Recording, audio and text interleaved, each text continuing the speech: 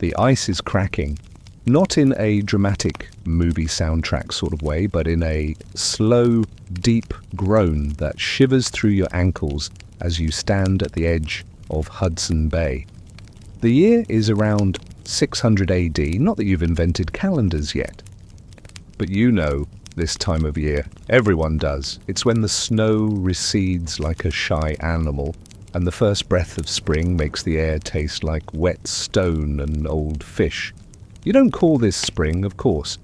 You just say, the ice is breaking. That's enough. Out here, time stretches like a bear's yawn. The wind carries the scent of thawing earth seal blubber and wood smoke. Your people, who some later might call the Dorset or the Pre-Inuit, have seen 100 winters, maybe more. But this is the one you're in now, and it's special, because this is the year the spirits start dancing again. You crouch beside a seal hole that's widened into a jagged puddle. A lazy ripple breaks its glassy surface. Your boots are made from stitched caribou hide, and they're soaked because who had the genius idea to trudge across slush before breakfast? From your camp, thin spirals of smoke reach into the sky. They drift slowly curling like sleepy fingers above the snow-crusted huts. The lodges are made of stacked stone and whale ribs draped in stretched skin and damp with the breath of sleeping bodies. Some of the smoke smells like dried lichen. Some smells like someone definitely forgot the fish on the fire, you sigh. Another normal day, except not quite. The old woman Ikuka said the spirits would return this year when the ice cracked open like a mouth, and now it's doing exactly that. You've never believed her fully.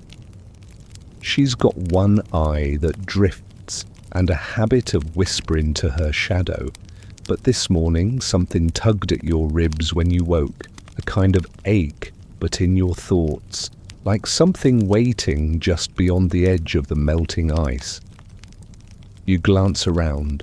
No one is watching, so you whisper to the puddle just to see what happens. You there. Nothing, just a ripple and a small wet plop, a fish, a frog, a bored water spirit doing a sarcastic splash. Hard to say. That's the thing with your world. There aren't sharp lines between what's alive and what isn't. The ice can speak, the wind can snicker, and if you disrespect your snowshoes by throwing them too hard, well, don't be surprised when they accidentally vanish for a week.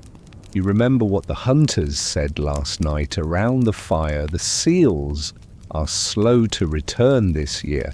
That could mean 1,000 things. It could mean the ocean is sick, or the gods are tired, or the neighboring tribe is hoarding all the good fishing songs again.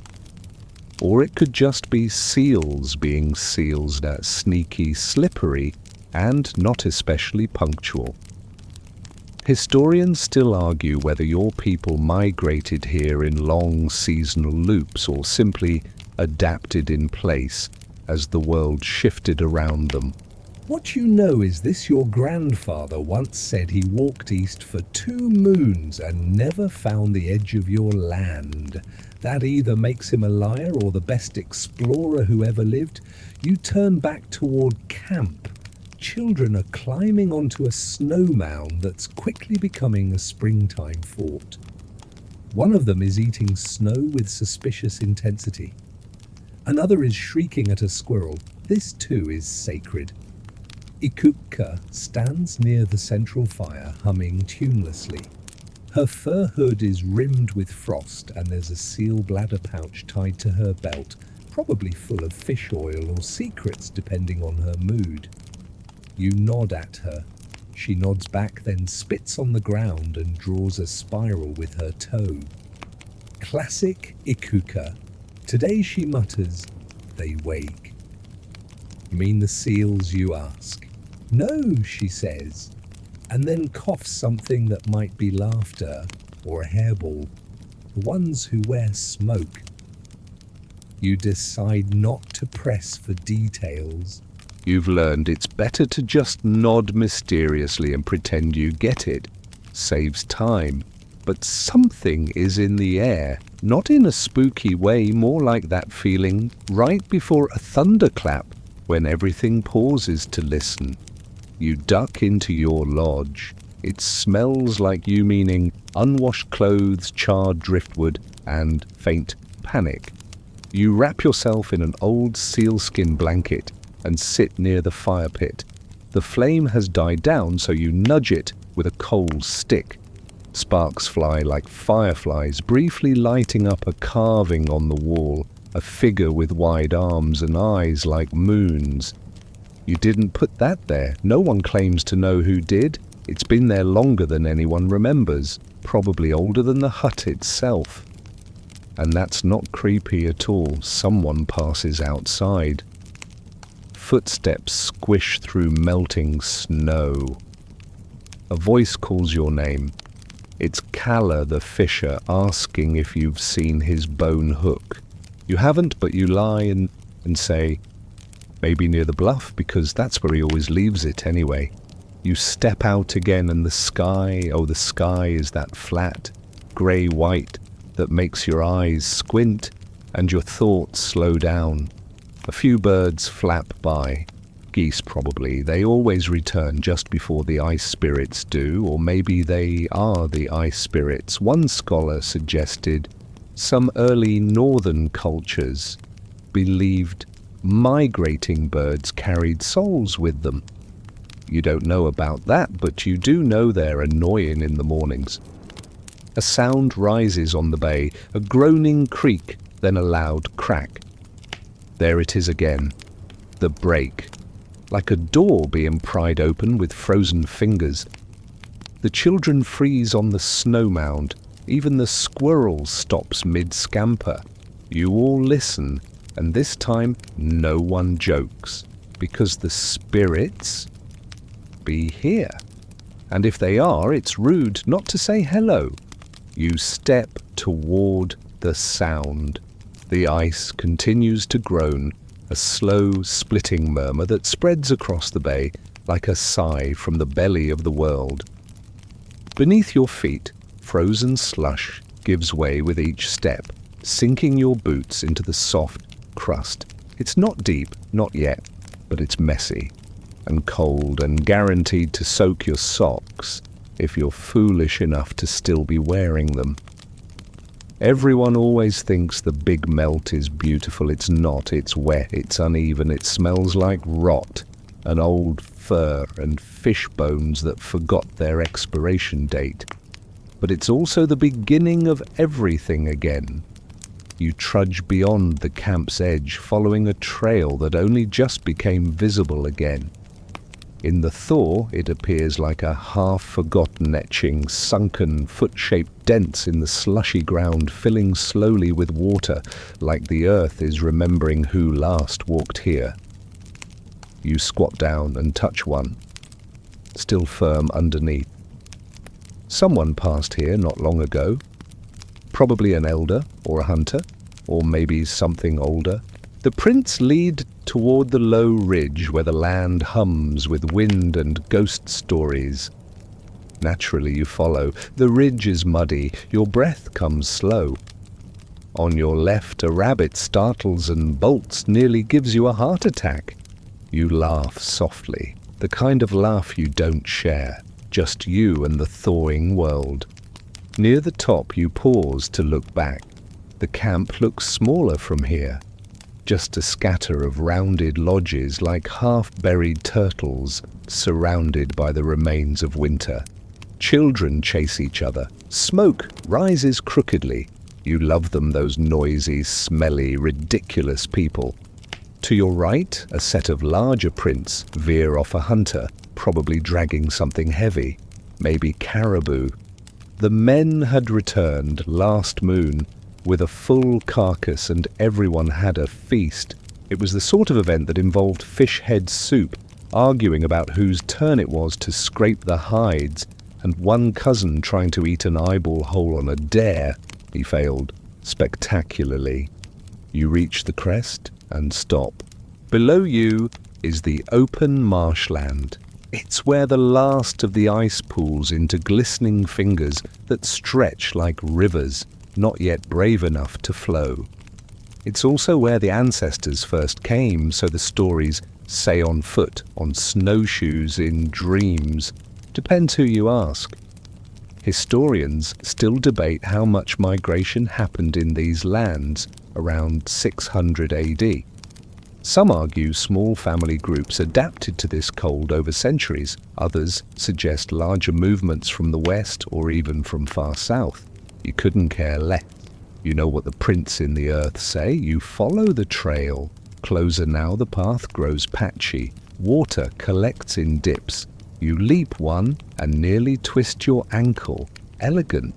If the spirits are watching, they're definitely amused. You reach a spot you remember. 2 winters ago, a small pile of stones was placed here. A memorial maybe? Or a marker? Or just someone's bored child stacking things again. You touch the top stone. It's warm. That's not surprising. But it makes you think of hands, of holding, of the simple act of remembering someone with rocks.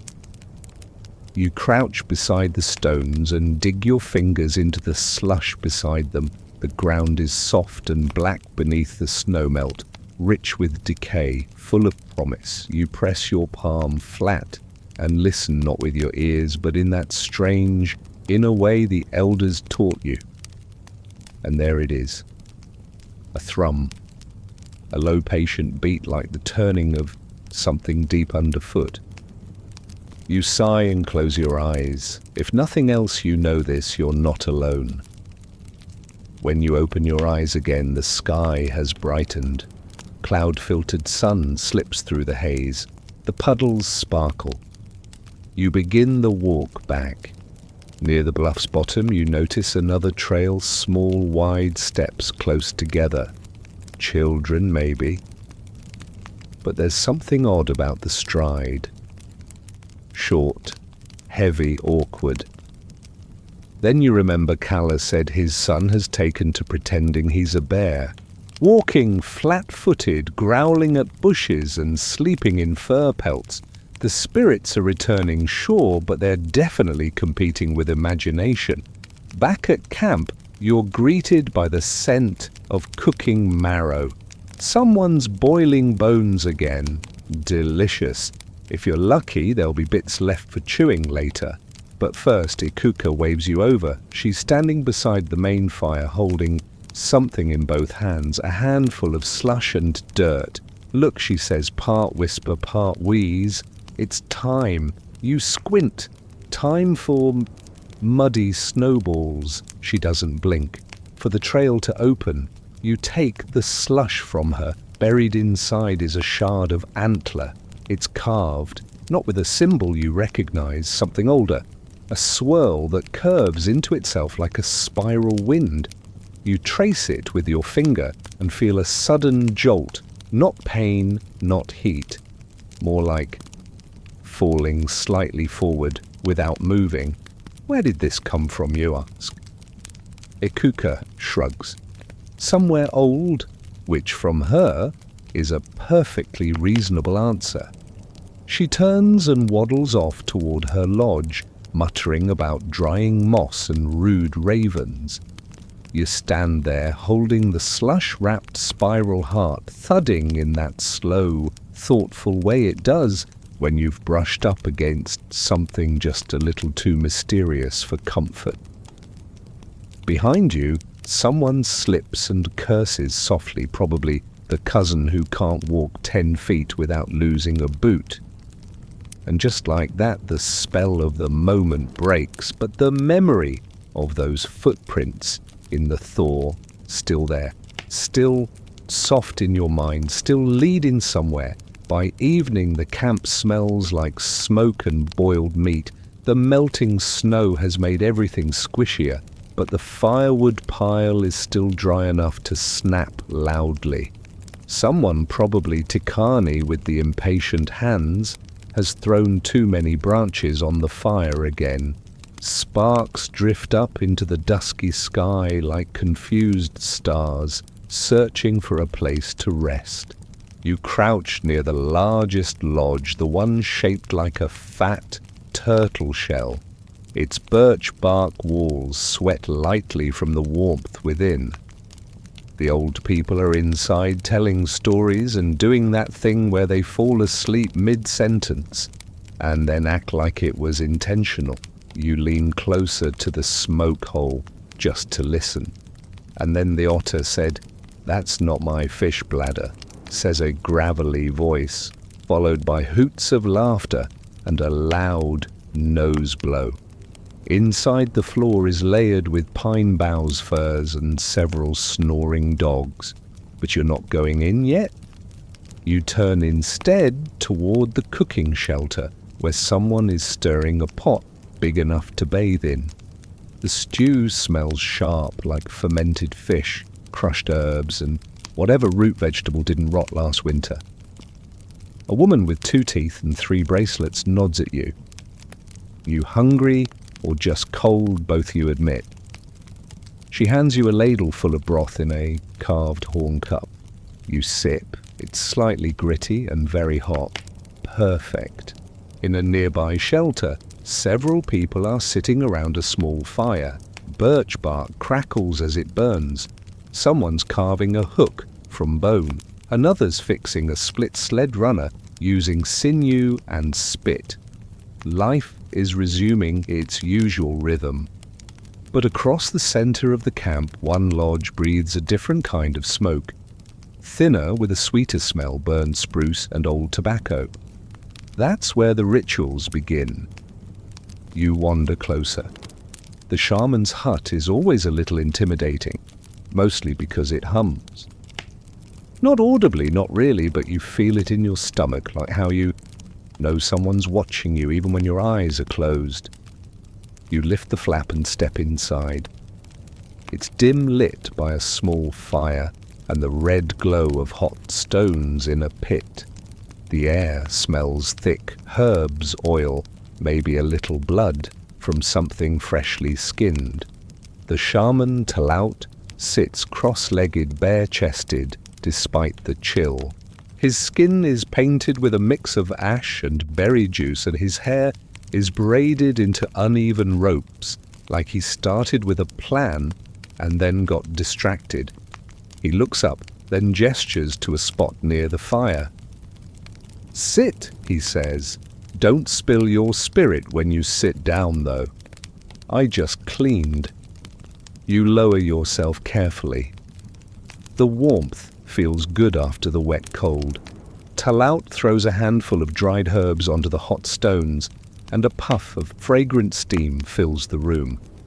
Your nose burns, then clears completely. It's like your sinuses just took a bath. He closes his eyes. "The ice opened today," he says. You nod. It cracked at the bay. He hums. "That's not the only place."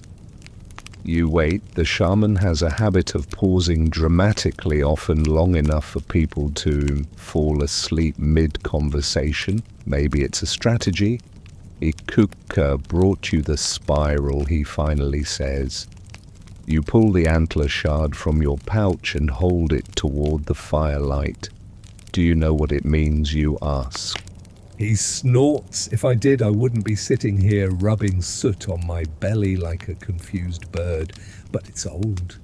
Very old. Before even my grandmother's grandmother's grandmother, and she claimed she was born in the shadow of a glacier." You trace the spiral again. "She said the trail would open." Talaut squints. "The one to the old place," you nod. He grunts. "Then we'll need more soup." This seems like a non sequitur, but honestly, soup is pretty essential. It solves roughly half of life's problems out here. The other half are usually solved with bone tools and long naps. He picks up a rattle made from hollowed driftwood and filled with something that clinks, not pebbles. Teeth, maybe, or tiny bones. He shakes it softly. "You'll need to watch the fire tonight," he says. "Not for warmth, for stories." You sigh, but you agree. Sleep would be nice, but apparently being chosen by mysterious ice spirits means extra chores.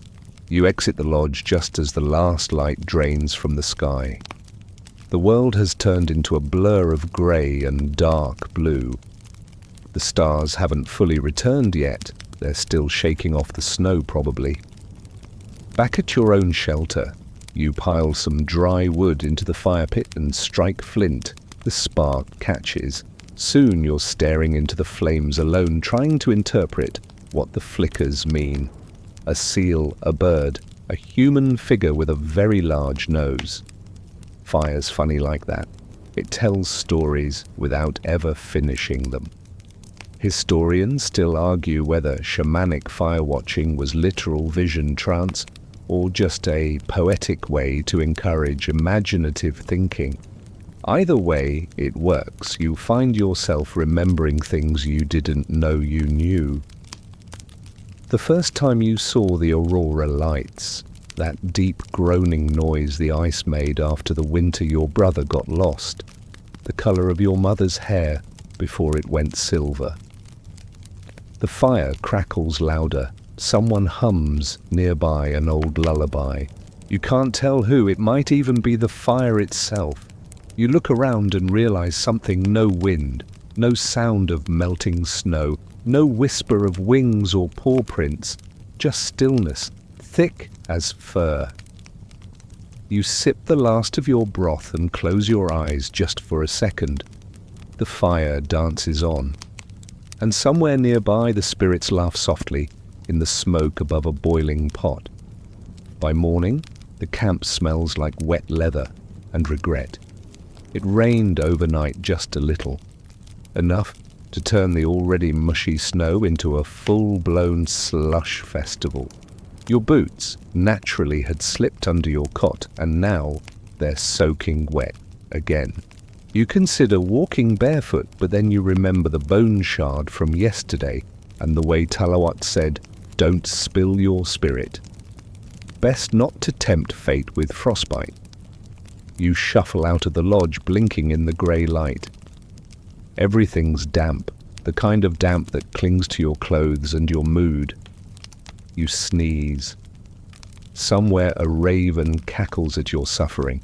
Across the camp, the fire pit still smoulders. A few children poke at it with sticks, daring each other to pull out half-burned bones and guess which part of the animal they came from. It's a game and also a kind of science. Depending on how you define science, you pass the central shelter and notice Ikuka crouched near a flat stone. She's placing tiny offerings, crushed berries, bits of fish skin, and a dollop of bear fat. It smells awful, reverently awful. She glances up. The girl's coming today. You blink. What girl? The one who hears the sky. Ah, you've heard about her. Everyone has.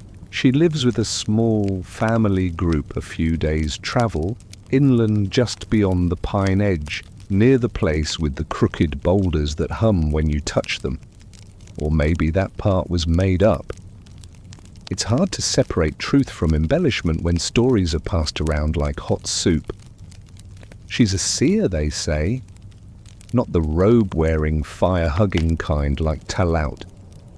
She's quieter, stranger, the kind who listens to birds argue and then tells you what they said. She'll want fish, Ikuka adds, still placing offerings. Smoked.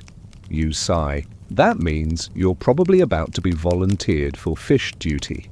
And you are. Within an hour, you're standing ankle-deep in meltwater near the stream that trickles past the northern trees. You and Kala are untangling nets that someone, probably Kala's cousin, thought was cleverly stored under a snowdrift. It now smells like old moss and regret. Why can't the spirits eat berries like normal folks, you mutter. Kala grins. You offering your stash, you grunt. Only if they ask nicely. The stream burbles and shifts. A flicker of silver darts past, quick but catchable. You set the net and crouch low, waiting. caller hums softly an old song meant to lure trout or lull them to sleep. It's hard to say with fish. Within an hour you've caught 3 slick, cold, and gloriously silent. You head back with your haul dripping slightly and hand them off to a young cousin for smoking. He drops one. It lands belly up. You all take a moment to apologize to it. Fish spirits can be moody. By the time the girl arrives, the sky has cleared just a little. She walks into camp as if she's stepping out of a dream, barefoot hair, braided with long pine needles and a carved whistle around her neck. She's small, maybe 12, maybe older. Her expression is unreadable. Everyone stops what they're doing, even the dogs. She pauses near the fire pit, closes her eyes and tilts her head back toward the sky. Then she speaks. The wind will be quiet for 3 days. No one argues. Even the fire seems to crackle more politely. Talaut appears, nods respectfully and leads her into his lodge. You're told to bring the fish. Inside, the smoke smells different, now sweeter. The girl sits opposite Talaut, cradling the whistle in her lap. She doesn't speak again. She just listens. To what? The fire, the wind, the awkward silence. Hard to tell. Historians still argue whether individuals in these communities acted as designated listeners or dream speakers, or if such roles were more fluid, taken up as needed by those who were, let's say, temperamentally odd. What you know is that this girl once warned her camp of a landslide 5 days before it happened. So weird or not, people pay attention. She lifts the whistle to her lips. The sound that comes out is thin, high, and not unpleasant. It sounds like wind passing through a tree hollow, or maybe like a memory trying to leave your body. You shiver. Talaut nods. She says the ice spirits aren't angry, just awake. You exhale. That's good. Angry spirits tend to cause bad fishing and weird dreams. One time the shaman declared all snowshoes had to be worn backward for a week to appease them. It did not help. The girl takes 1 fish, just 1, wraps it in moss and tucks it into her pouch. Then she stands. You'll need to listen too, she says quietly.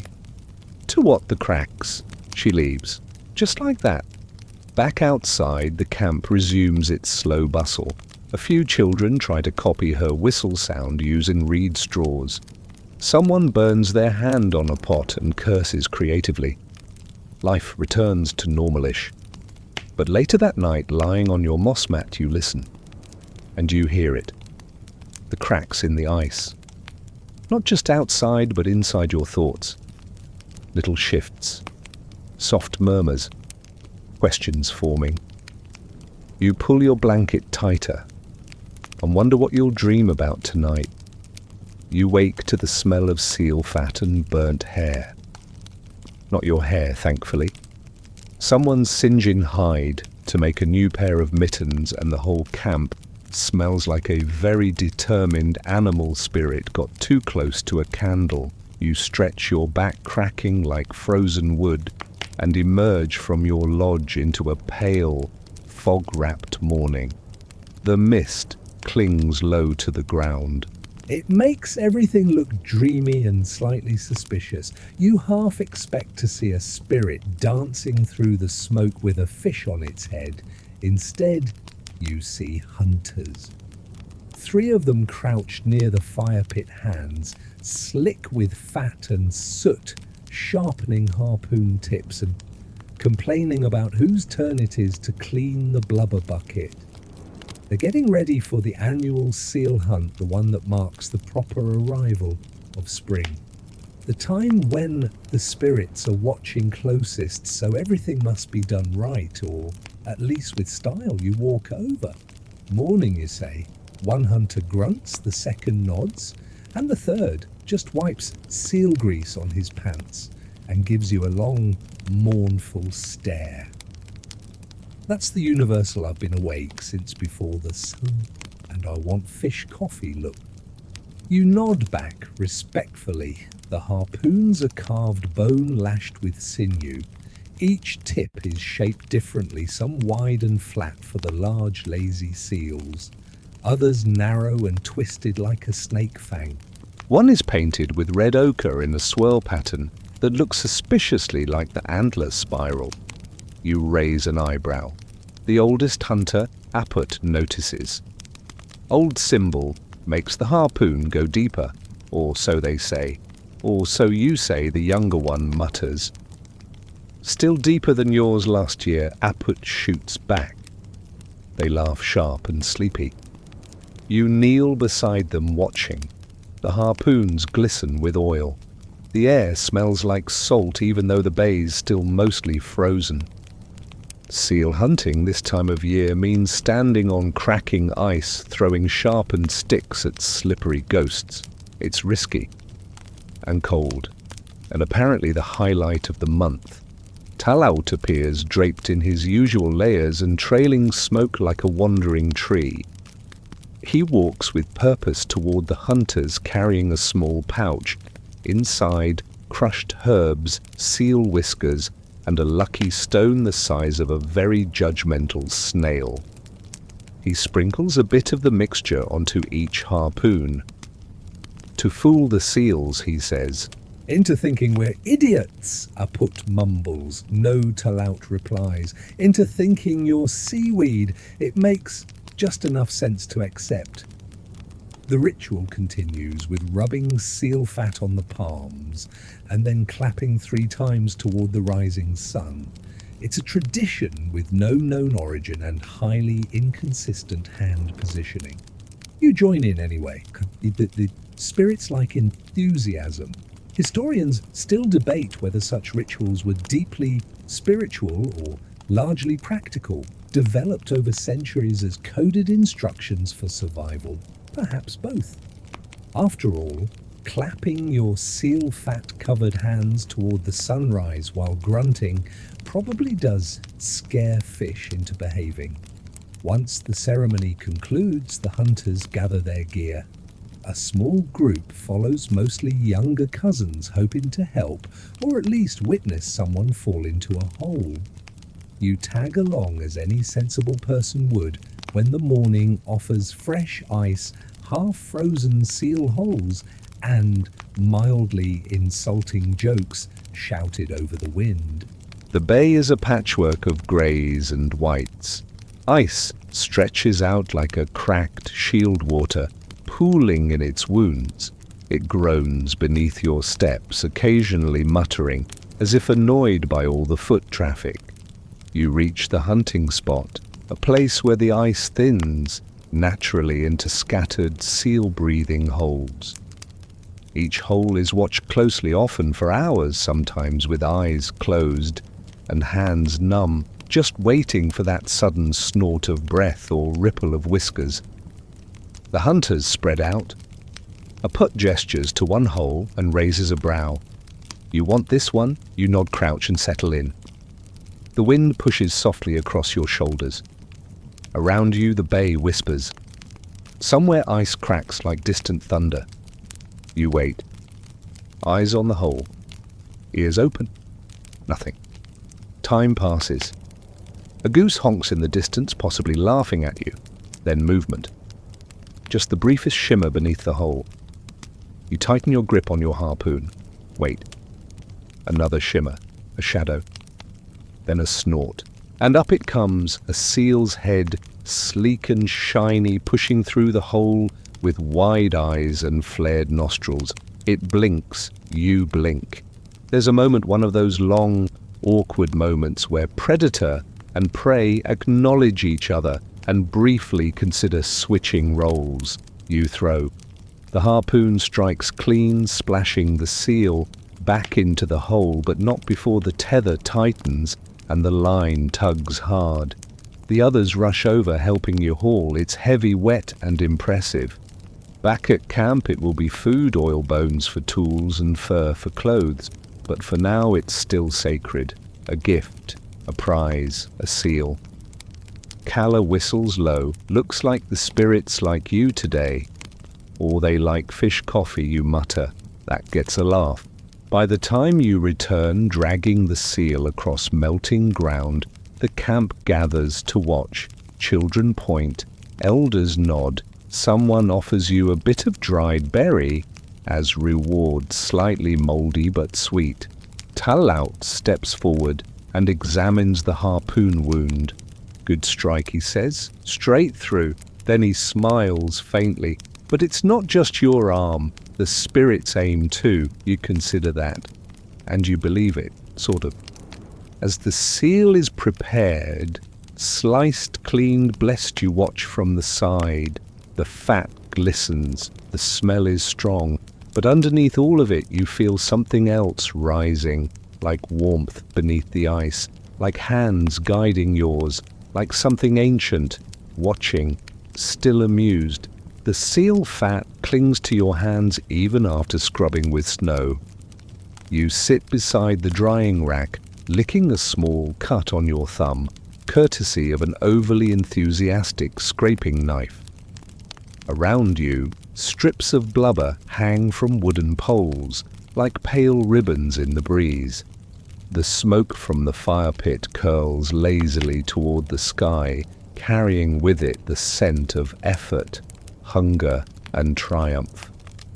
Children dart between the racks, pretending to be seals themselves, flopping dramatically and snorting at one another with exaggerated glee. One manages to wriggle directly into the fish basket, knocking it over. A dog barks, someone yells, and a fish goes sailing through the air in a perfect arc right into a snowdrift. Found dinner, someone mutters. You smile and lean back on your elbows. The hunt was good, the meats being shared. The spirits have not sent any ominous dreams in the past 12 hours. Things are by all accounts peaceful. But then you hear it, rattle chatter, not from a person, from a pouch. You look up to see Grandmother Saku approaching, carrying her infamous moose bone rattle.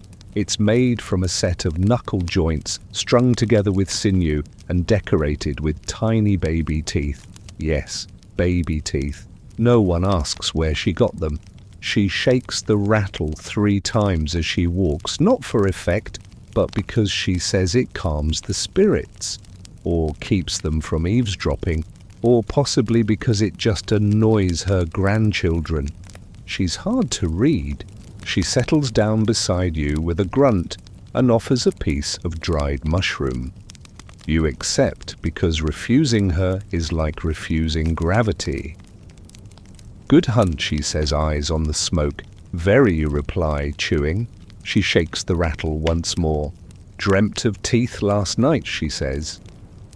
You try to nod politely, but she's already leaning in. Teeth in the sky, falling down, raining into the bay, splashing like fish. Spirits laughing. You wait, she adds. Then I sneezed and woke up. There is silence for a beat. Then, so, message unclear? She nods solemnly. They're tricky like that. You glance at the rattle. Does it help? She shrugs. Mostly it just reminds me I'm still here. When it doesn't rattle anymore, I'll know I'm not. Cheery. Still you take the rattle when she offers it. It's heavier than expected, but oddly balanced. The teeth clink like whispers. You give it a shake. The sound is strange, hollow, but full, like wind through bone or laughter muffled by snow. You hand it back and she pats your hand. Keep one, she says, handing you a small molar strung on cord. You're giving me a baby tooth, you ask. She nods. From someone lucky. He never fell through the ice, never lost a snowshoe, never got caught sneaking dried meat before a feast. Sounds like a saint, she smirks, or a very good liar. You tie the tooth to your wrist because what else are you supposed to do? Toss it? You're not that brave. The spirits are watching. As the day wanes, you find yourself assigned to marrow duty. The bones from the seal are cracked and simmering in a pot. The fat rises to the top thick and golden. Your job is to keep the fire steady, stir occasionally, and not fall asleep. This is harder than it sounds.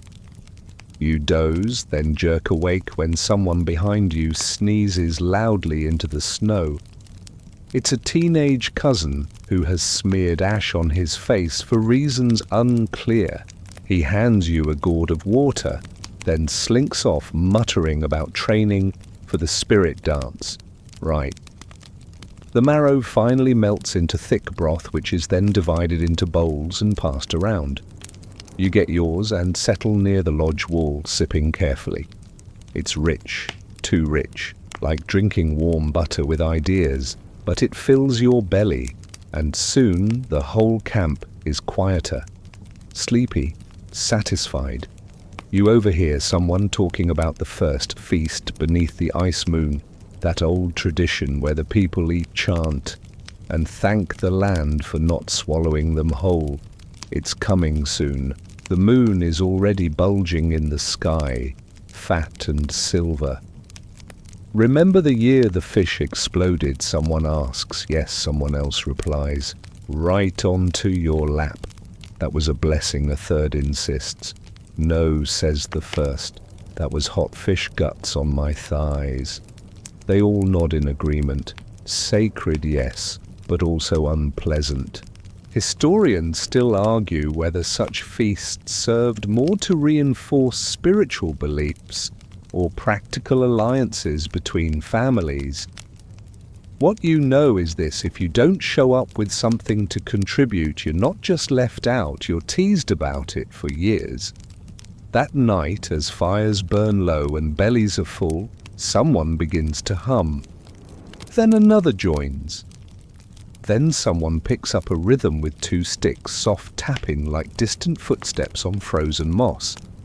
And just like that, the night fills with low music. Not planned, not rehearsed, just sound rising like steam from the camp, drifting upward to where the moon watches through the thinning clouds.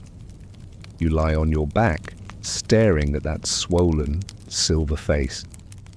You wonder if it's a spirit. You wonder if it remembers you. And just before you fall asleep, you feel the tooth tied at your wrist shift slightly, like it knows something, like it's listening. The feast beneath the ice moon begins with a burp. Not ceremoniously, not even intentionally. Just a very loud, very proud burp from a child who's had too much marrow soup and not enough supervision. There's a moment of silence, then laughter erupts across the camp, like fire catching dry grass. Even the elders crack smiles, and one old man raises his bowl in salute. It begins, someone says, and it really does. The moon is enormous tonight. You wouldn't think the sky could stretch any further, but it does. The stars cling to the edges, making room for that white, watchful eye overhead.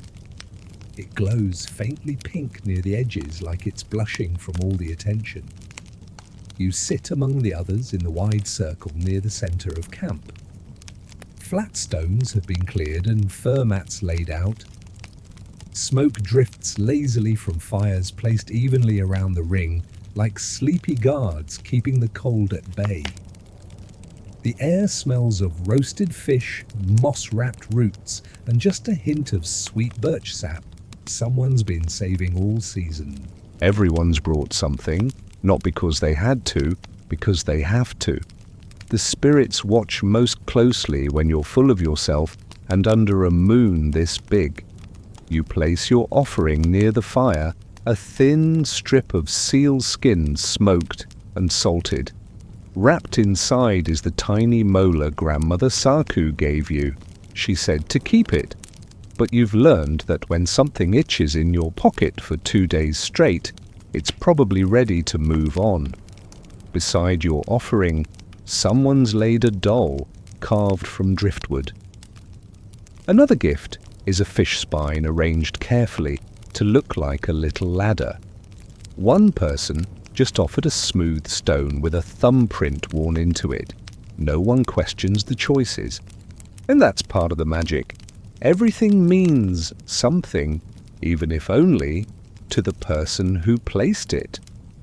Talaut arrives wearing his ceremony coat, fur, stitched with coloured thread, and decorated with carved bone tokens that click gently when he walks. He carries the moose bone rattle, the one with the baby teeth. Tonight it sounds different, more hollow, like it's waiting. He walks the circle, nodding at each person, sometimes muttering to himself. When he passes you, he pauses. You let it go, he says. You nod. Good. Let's see what comes to take its place. He moves on. Then the fire in the center is lit. It's not a large fire, but it feels big, as if it feeds on stories rather than wood. Shadows stretch out and curl around the seated figures. The flames crackle, sending up little spirals of smoke that twist in strangely deliberate ways. Talaut begins to chant. It's not a song exactly, more like a pattern. Words repeated until they stop being words and become rhythm. The others join in quietly. Some hum. Some tap hands on knees.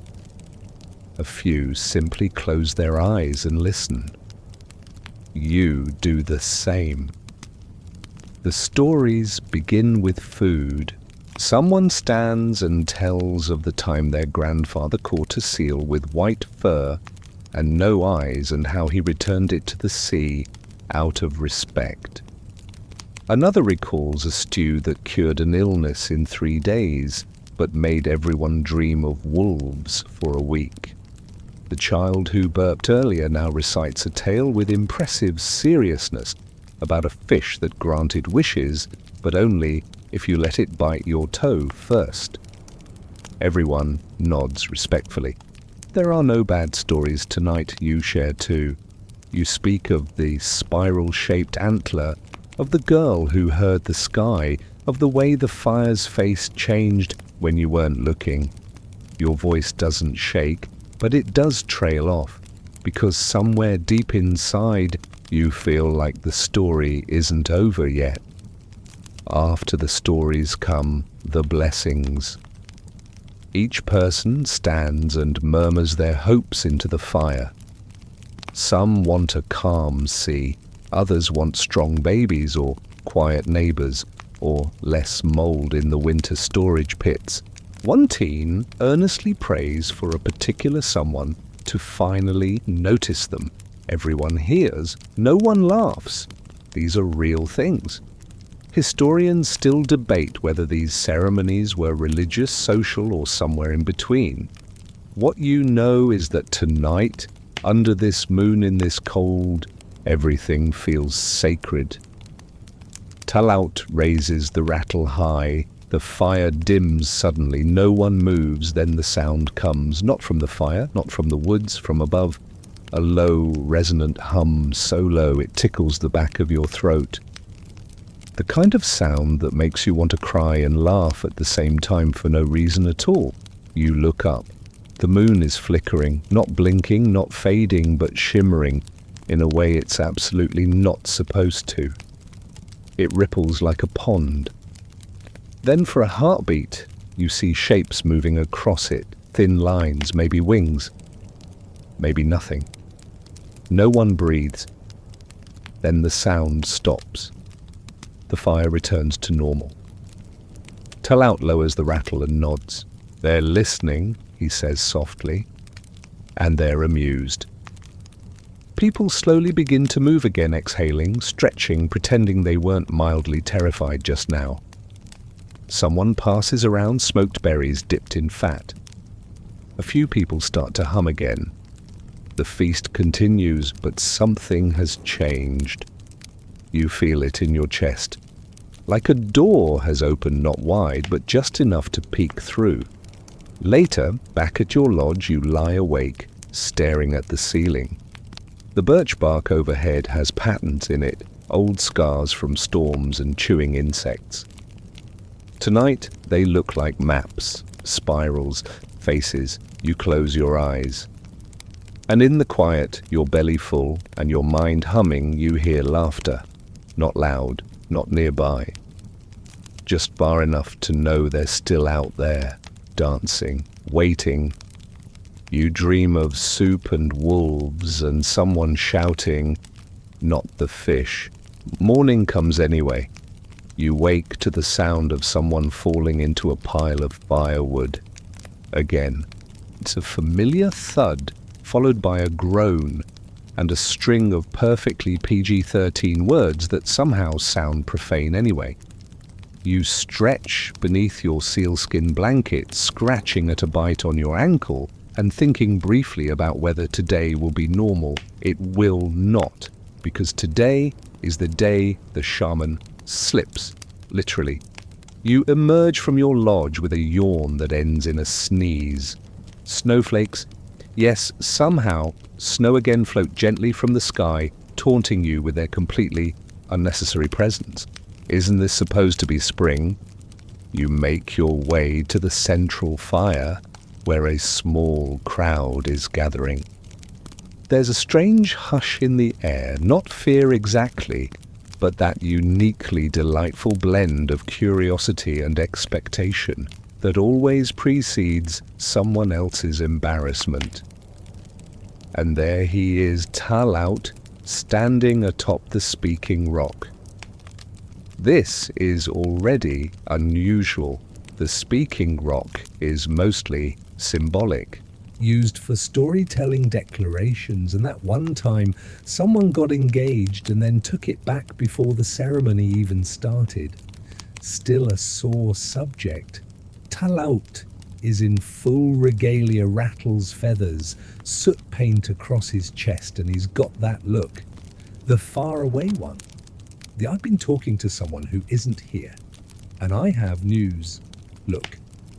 Everyone leans in as he raises his arms. The spirits have spoken, he intones. They demand, and then he slips.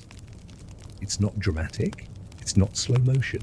It's just a quick bird-flapping flail, followed by a solid thunk as he lands directly in a pile of fish guts someone forgot to clean from the feast.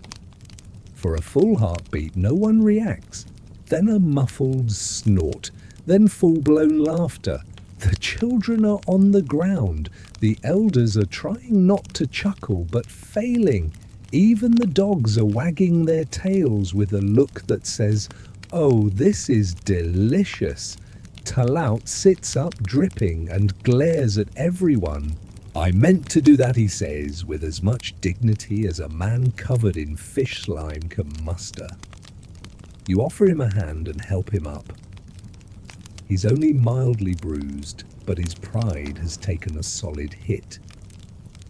He wipes his face with a scrap of fur and mutters something about slippery messages from the other side. And then just as the laughter begins to fade, he freezes. Wait, he says more to himself than anyone. It's real. What is, you ask now, a little worried? He blinks eyes, focusing on something in the distance that only he can see. The fall wasn't an accident, it was a push. You glance around by who, he doesn't answer right away, just stares at the sky, which has turned that weird yellow-grey that means nothing good ever. He nods slowly. They want us to listen differently to what you ask again. Laughter, he says. They're laughing.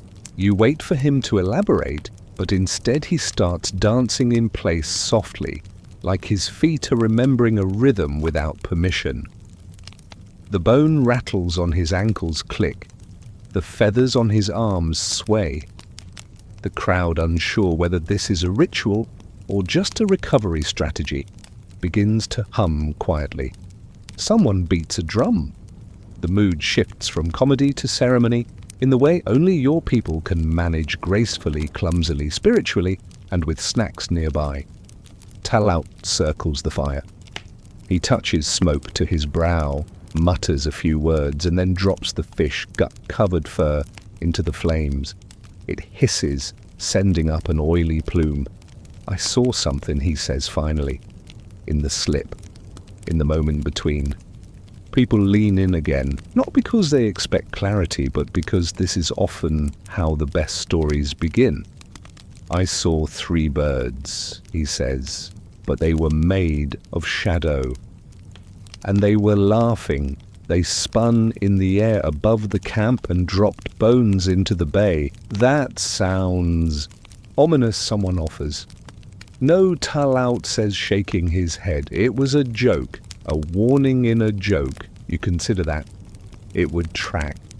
The spirits, according to legend, have a sense of humor that ranges from mildly sarcastic to full-blown trickster god with a flair for theatrics.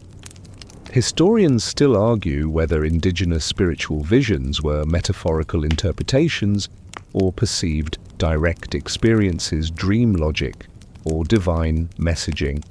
For your part, it feels like both, like the dream told with a smirk, a riddle delivered via pratfall. Talaut sits again, more composed now. We'll hold a fire tonight, he says, not for asking, for laughing, and so the preparations begin. You help gather wood, not the usual firewood, but pieces with faces in them. Not literal faces usually, but knots and curves and scorch marks that look like surprised eyes or smirking mouths. These are the laughing logs, and they're only used in ceremonies when the spirits need reminding that joy still exists. You find one that looks like a walrus with a monocle. Perfect. By sunset, the fire is built. It crackles like someone whispering jokes into the flames. The people sit around it in a loose, happy circle. No chanting tonight, just stories. Silly ones, the kind that start with, "You remember that time when," and end in howling giggles and dramatic reenactments. You tell the one about your cousin falling into the seal hole wearing only one snowshoe. Someone else tells of the time the dog stole the shaman's coat and ran through camp, yelping as if possessed. It wasn't just dramatic. Grandmother Saku shares a story about a spirit that got bored and disguised itself as a moose, only to get chased up a tree. No one believes it, but everyone enjoys it. The laughter rises, and with it, something else. Not visible, not solid, but present. You feel it in your chest, a warmth, a trickle, a grin in your bones, like something ancient, chuckling just beneath the ice. Morning greets you with the scent of smoke and something oddly sweet, maybe roasted pine sap. Maybe someone finally figured out how to cook with berries and not make it taste like regret. You stretch under your fur blanket, your muscles aching pleasantly from all the log-hauling dancing and well-ceremonial chuckling. The fire still smoulders from the night before. A few of the laughing logs have burned down into grinning ash, their eye knots now hollow little mouths. You poke at them with a stick and smile. It's possible you imagined the spirit's presence last night. It's also possible they laughed first. You step outside just as a small group returns from the eastern trail. They're hauling something heavy wrapped in hide and tied with gut cord. The bundle sloshes. That can mean only one thing. Trade. You walk closer. Inside the parcel, beaver pelts, smooth brown, already smoked. Valuable. And in return, the young man unrolls a second bundle and reveals the goods beads. Not the usual shell and bone kind. These are different. Smooth, round, coloured like the inside of fire, red, orange, deep blue like the bay at dusk. You blink. Copper glass, the boy says, puffing out his chest proudly. From the far rivers, beyond the crooked trees, you reach down and touch one. It's warm, not from the sun, just warm. Who gave you this, you ask? He shrugs. They came in canoes, long carved ones. with woven paddles and singing bells. Singing bells, he may be exaggerating or not. With traders, you never really know. Some come with gifts and stories, others with riddles and side eyes, and some come only once and leave behind strange artifacts and no names. Talaut arrives curious. He picks up one of the red beads and studies it closely. South, he mutters. Far south. Maybe even farther than the bay's mouth. Then he pops it into his mouth. Everyone gasps. He spits it out almost immediately. "Not edible," he announces solemnly. The children howl with laughter. Someone says, "That's why we don't let you near the mushrooms anymore." But beneath the jokes, there's genuine curiosity. Where did these things come from?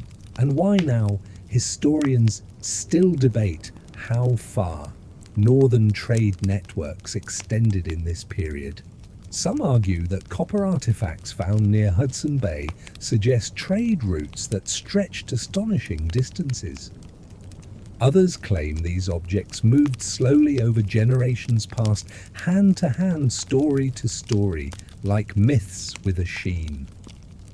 You wonder what kind of people carved singing canoes and made glass that stayed warm in the cold. The older traders watching the scene speak quietly among themselves.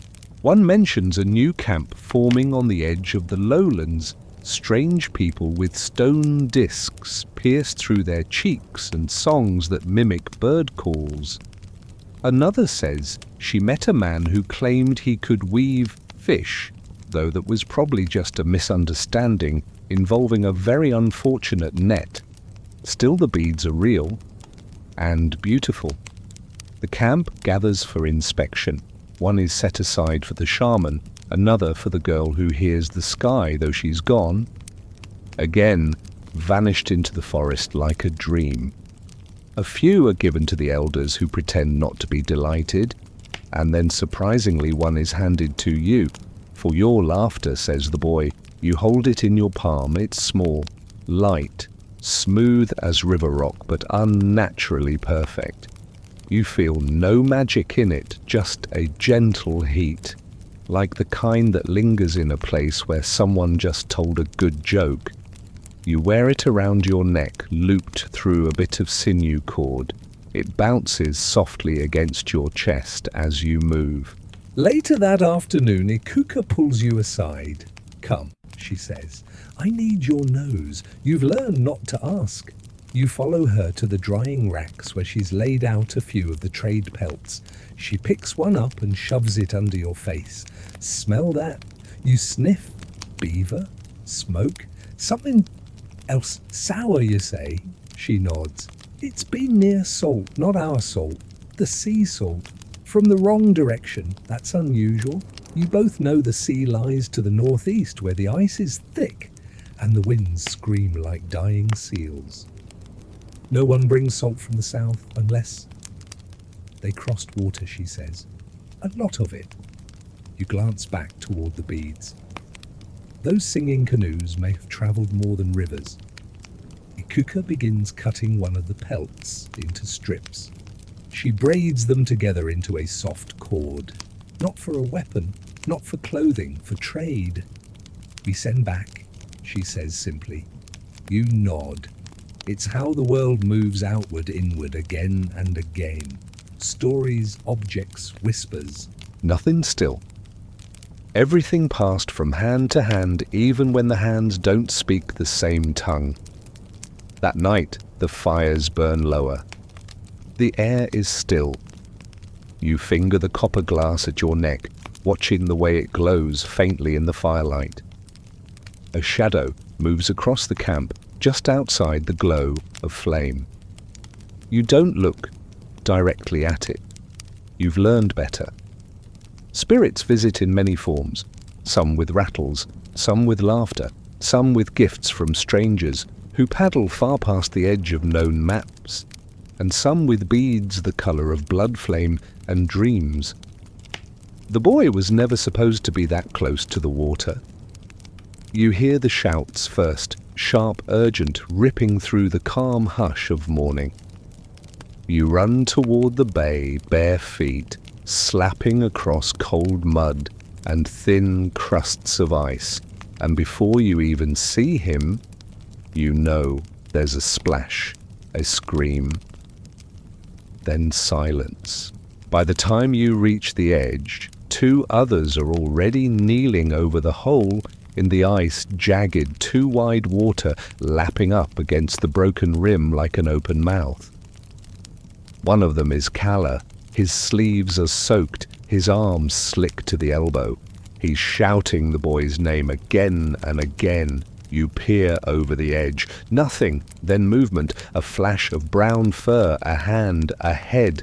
Calla lunges, his fingers catch the edge of the boy's coat and yank hard. Another pair of hands joins, and with one final pull, the child is up and out, coughing violently, eyes wide as the sky. He's alive, cold, but alive. You exhale, only then realizing you hadn't been breathing. The boy, 6, maybe 7 winters old, is wrapped in furs and rushed to the central fire. Hot stones are dropped into water for steam. Someone's making soup out of panic. Grandmother Saku is already muttering over a bowl, mixing moss and melted fat into something meant to coax the warmth back into his bones. You sit nearby, still shivering from the fear more than the cold. How, you ask? No one has answers. The boy was playing near the edge.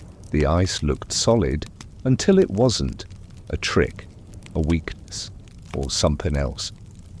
Historians still argue whether early peoples of the north used deliberate warning markers on unstable ice animal skulls, split branches, even lines of bone powder. There are no markers here today. The land doesn't always give warning. Later that morning, once the boy is sleeping and the tension in the camp has turned into nervous storytelling, someone starts a fireside tale about the one who fell through. It's a story you've heard before, but today it hits differently. It begins like all the best ones do. There was once a boy who thought he knew the ice. The storyteller's voice is slow, like syrup poured over cold stone. The boy, he says, didn't listen to the winds, didn't notice the birds going quiet. He walked too far too fast, fell through into the black water. But there under the ice he didn't drown. Instead he saw lights, not stars, not fire, something deeper. The spirits of the bay dancing just beyond reach. They took him down, not to drown him, but to show him their world. There were fish with eyes like mirrors and bones that sang, and whispers that crawled into his ears and said, "Not yet, not this time." Then suddenly he was back, pulled from the hole by strong hands, eyes blinking open. First breath like fire. The storyteller looks toward the boy's sleeping form. And then he says, as he always does, some say he was lucky. Others say he brought something back with him. Cue the dramatic silence. Cue the glance around the fire.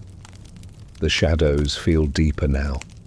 Cue someone farting quietly, which breaks the spell completely. Laughter returns. But still the story lingers. You think of the boy's face. Pale, yes. Frightened, of course. But there was something else in his eyes, like he'd seen something he didn't yet have words for. Something glowing and terrible and beautiful. You don't say this out loud. Instead, you help stoke the fire. You help dry his boots. You help joke nervously about training him as a shaman now, since he's already practiced drowning. But later, just before dusk, you walk to the spot where the ice broke. It's begun to freeze again, thin, cloudy, treacherous. You crouch beside it, stare down. The surface ripples faintly. Your reflection stares back. And then for just a moment you swear you see movement, something brushing just beneath the surface, a shape, a glint, maybe a fish, maybe something else. You tap the ice lightly with your finger. Nothing. You listen. Only wind, but you feel it. That tickle again, like laughter, from very far away. Back at camp, Talaut is talking to the boy's family. He'll be different, the shaman says. He's already stubborn, his mother replies, arms crossed. Talaut nods. Good, he'll need that. Spirits don't like obedient children. You return to your lodge, stomach still tight. Not from fear, from curiosity, because the spirits did something today. They reminded you how close everything is, life, death, mystery, cold, and how sometimes the world pulls someone under just to whisper, watch where you step. The ground squishes pleasantly beneath your feet today, not dramatically, not sink up to your knees swampy, just enough give to make your footsteps sound like soft sighs as you move through the camp. The snow has retreated, beaten back by slow days of sunshine and the smoky breath of cooking fires. In its place, moss, moss everywhere. Pale green tufts spread like sleeping animals across the clearing, fuzzy, damp, oddly fragrant. Some of it already gathered and laid in neat little piles near each lodge mattresses for the season ahead. You pick up a clump and squeeze it, spongy, cool, full of memory. This time of year, everything gets softer. The air, the earth, even the people. Children toss handfuls of moss at each other. A few elders sun their legs outside the lodges, complaining about creaky knees while clearly enjoying every minute. Even the dogs look lazier, stretched out like spilled fur blankets, one eye open, in case anything edible wanders by. You head toward the edge of the camp, where baskets of early berries have begun to appear. Mostly dark, squishy ones, some a little fermented. One bite too many and you'll be giggling at tree stumps for hours. You select a handful carefully and begin chewing. They stain your teeth. They always do. You remember your mother used to say that stained teeth meant good luck. Then again, she also claimed sneezing while holding a fish ensured marriage, so her wisdom came with disclaimers. As you wander, you find yourself near the women's shelter where moss mats are being woven and stories are being told with the same rhythm. A cousin nods at you and gestures to a half-finished bedroll. You sit. You begin plucking bits of twig and bark from the gathered moss. The older women nearby are discussing births. One remembers a baby born on the softest mat she ever made, never cried once, she claims. Another counters with a tale of a birth so loud it scared a bear out of the woods, and someone mentions the practice, not in a dramatic tone, just casually, like moss gathering or fish smoking or that time the shaman got his foot stuck in a turtle shell. The practice of saving baby teeth, not in pouches, not for rattles, for beds. One woman says her grandmother used to tuck the tiniest teeth into the moss beneath the infant's head so the child would dream of strong jaws and clever words. Another swears by adding a carved stone shaped like a molar to the baby's basket keeps the spirit from wandering too early. You raise an eyebrow, only half mocking. They shrug. It works, says the oldest, plating moss with her elbows. No one questions it further. Historians still argue whether such customs were widespread or localized, whether they held religious meaning or were simply comforting traditions passed through generations. To you it feels like both. You can't explain it, but it feels right to bury the smallest bones in the softest place. Later you help carry the finished mats back to the lodges. They're heavier than they look. Damp moss is no joke, but the smell is comforting. Earthy. Clean in a way only the wild can be. In your own shelter you peel back the old bedding. Underneath is a nest of last season's moss, now grey and musty. A few insect wings. A flattened feather. You smile. Before laying down the new mat, you reach into your pouch and pull out a berry. Smashed, sticky. You press it into the moss anyway. A small gift for the spirits of comfort. Or maybe just a snack for whatever crawls in at night. Either way, it's polite. You stretch out across the new bed, soft, cool, perfect. And then, as if summoned by moss itself, your younger cousin barrels into the lodge, holding a carved stick and yelling, "The ghost, berries are ready." You sit up. "What berries?" He repeats more seriously, "Now, ghost berries." That can only mean one thing: fermented fruit discovered by accident and immediately turned into a camp-wide challenge. You rush out to see the circle forming around a small makeshift altar made of driftwood and fish jawbones. At its center, a bowl of deeply suspicious berries, white, slightly shriveled, and emitting an odor that suggests bad decisions and minor hallucinations. You kneel beside it.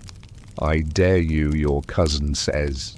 Of course you try one. Of course it tastes like old socks soaked in vinegar. And of course within minutes you're seeing colours around people that shouldn't be there. You're giggling. Everyone's giggling. Even Talaut, who has shown up uninvited casually, chewing on a fistful of the stuff. He nods solemnly. The spirits love fermented things, he declares. Someone snorts. Like you, he nods again, especially me. The rest of the day drifts by in that gentle, happy blur. You rest on your new moss mat. You snack on unfermented berries to recover. You sip brothy so slowly it becomes a meditation. And when night comes, the camp is so quiet you can hear the insects debating. You lie back, stare at the roof, smell the damp moss beneath your back. It cradles you like an old story. The kind with no urgency, no ending, just warmth and softness, and the faint scent of crushed berries where your head rests. You smell it before you see it. Rich, gamey, and unmistakably greasy, the scent of warm elk fat floating on the air like an invisible blanket. It seeps into everything: your clothes, your hair. The moss mat you lovingly crafted just yesterday now smells like something deep-fried by a very proud hunter. You don't mind. The elders say that fat is memory, and today that memory is drawing a crowd. You make your way to the gathering spot just beyond the flat stones near the camp's edge, where hunters are kneeling around a large piece of hide stretched out between stakes. The hide is smeared in thick, creamy elk fat, and one of the elders is drawing on it with the precision of someone who once tried to sketch an entire family tree and ended up inventing drama. It's a map. Not the neat, folded kind you see in history books, which you haven't, of course, because books haven't been invented yet. This map is old school, a winding swirl of rivers marked with notches where caribou paths cross, a jagged line for the cliffs to the west, dots for campsites past and present. It's not exact, not meant to be. It's memory turned into marks, fat pressed into skin. You crouch beside it watching the work. The artist, old Manik, squints and adds another ridge with a twist of a finger. He dips a carved stick into the pouch of ochre and dots the spot where a cousin once claimed he saw a moose fight a bear. No one believes it happened, but it's on the map now. Permanence achieved. Someone leans in and squints. "Is that where I lost my sled last, Thor?" Manik grunts. "No, that's where you said you lost it." You stifle a smile. This map is part navigation tool, part family gossip, part historical document, and definitely part roast. Your eyes follow the winding trail that loops to the north and then hooks sharply to the east. What's that symbol, you ask, pointing to a spiral drawn right near the top? Monique frowns, taps the spiral with his stick. Old place. That's not helpful, he adds. They used to say the water there boiled when the spirits were upset. But I think it's just a hot spring, and someone with dramatic storytelling skills. You nod, trying not to imagine boiling ghosts. Historians still argue whether maps like these were meant as literal directions or mnemonic devices, part geography, part song, part cultural memory. You've seen children sit beside these hides and recite whole stories just by tracing their fingers along the ridges. You try it now. Your finger follows a curve, a slope, a line marked with 3 dots that you know means travel with caution. Maybe wolves, maybe something worse. Maybe just annoying cousins. A woman beside you hums a tune softly. That's the Ridge Path song, she says. It helps you remember which valley floods first. You realise with a small jolt that the map isn't just a picture, it's a conversation between people, between generations, between land and memory. It's not something you hang on a wall, it's something you walk with in your mind. Later that day, you find yourself near the edge of the camp, sitting beside a boy who's trying to draw his own map using a stick and a patch of drying mud. It looks more like a confused squirrel's dream than a useful route, but he's proud of it. That's where the owl lives, he says, pointing to a triangle. And that's where the snow fell in sideways. You nod, looks accurate. Then he adds a dot with a flourish. And that's where you fell into the stream last summer. You glare at him. He grins. You reach over and add a much bigger dot right next to it. What's that, where you tripped on your own snowshoe and cried? He gasps. I did not cry. You both burst out laughing. This too is a kind of mapping. As the sun drops low, the hide map is rolled gently and stored in a carved chest, an old box made of driftwood planks bound with sinew. No one locks it. That would be rude. Maps are meant to be shared, not hidden. That night, the air smells like pine smoke and distant elk. You dream of walking trails drawn in glowing fat, of footsteps pressing new stories into the earth, of voices whispering directions, not in words but in smells and sounds and muscle memory. In the dream you hold a strip of hide that shimmers with light. The lines on it twist and move, pointing always toward somewhere you haven't yet gone. Somewhere cold, quiet, sacred. You follow the trail. And just before you wake, you hear a voice say, "Draw it again," or it disappears. You open your eyes and wonder where you left your stick. They say the owls don't blink. You know this isn't true. You've seen them do it slowly, deliberately, like each blink is a thoughtful sentence in an invisible language. But still people say it. The owls don't blink. Especially when they talk about the ones that visit this time of year. You spot the first one just before dusk. It's perched on the broken top of a birch tree head, tilted unnaturally sideways, as if listening to your thoughts. The moment your eyes meet, it fluffs up, shakes out its feathers, and resumes its icy stare.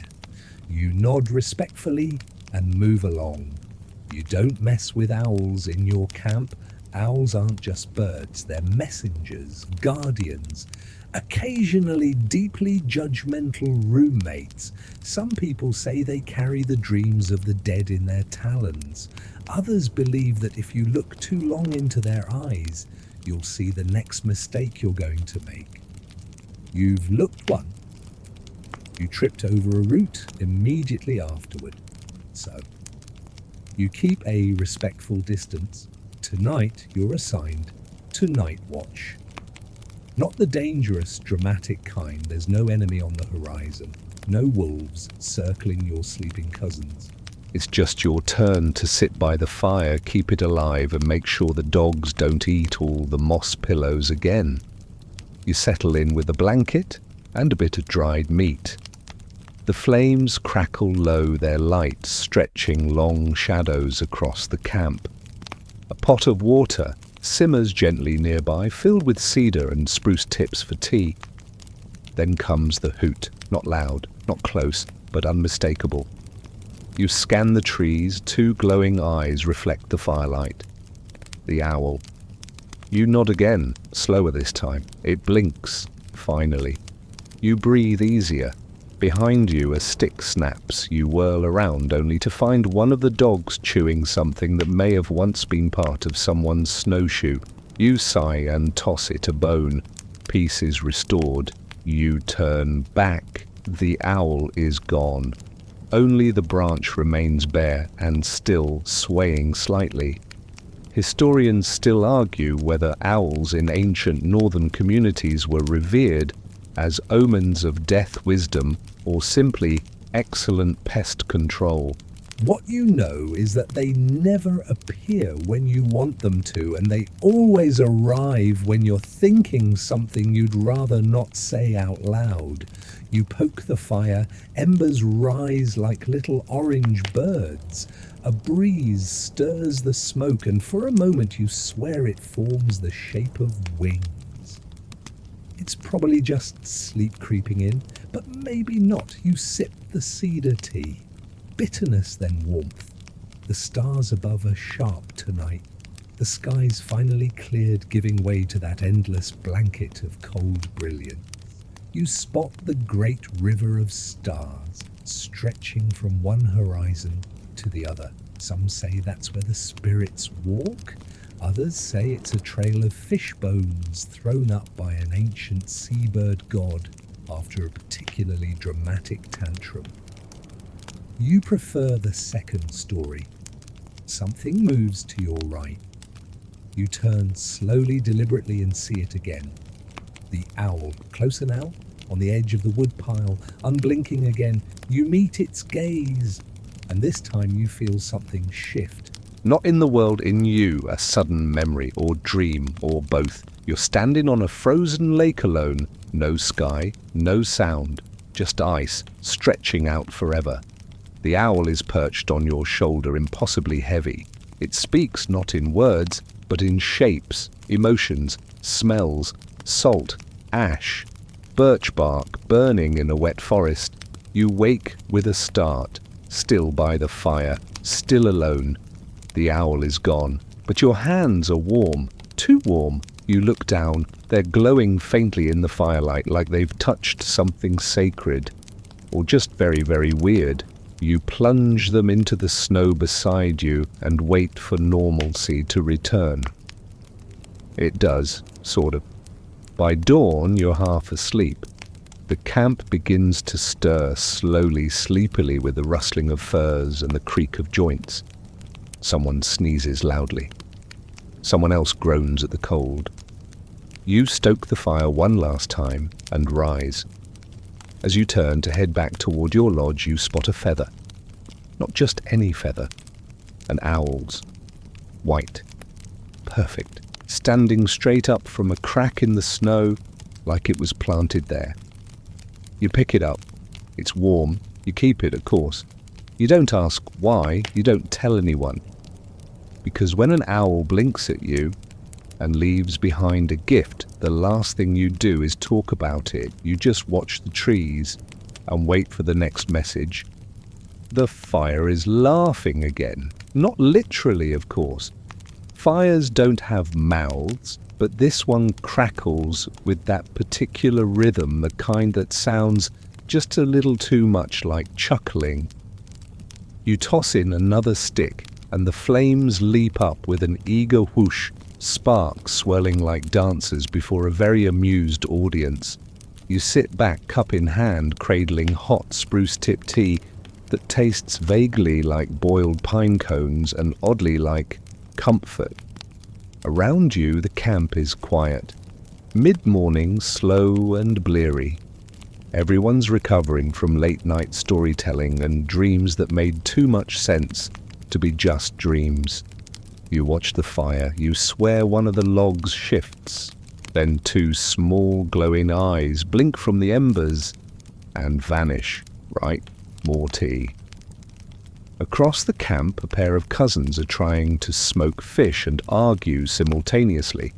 The result is half-cooked trout and fully smoked tempers. One flings a fish into the snow. It lands with a dull splat and is immediately claimed by the most opportunistic dog in the camp. You sip and smirk. The fire crackles again, and this time it definitely sounds like a snort. This isn't the first time the fire has acted like it knows more than it should. You remember last autumn when a particularly awkward marriage proposal was made beside the flames. The fire hissed so loudly during the question that no one heard the answer. The answer was maybe, which didn't help. Talaut joins you shuffling in his mismatched boots and dragging a bundle of sagebrush. He tosses some into the fire. The flames flare and for a moment a spiral of smoke twists up with suspicious precision.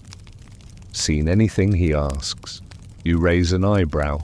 The fire keeps laughing. He nods. That's good, means it's listening. To what? To us, mostly. Sometimes to things we haven't said yet. Right.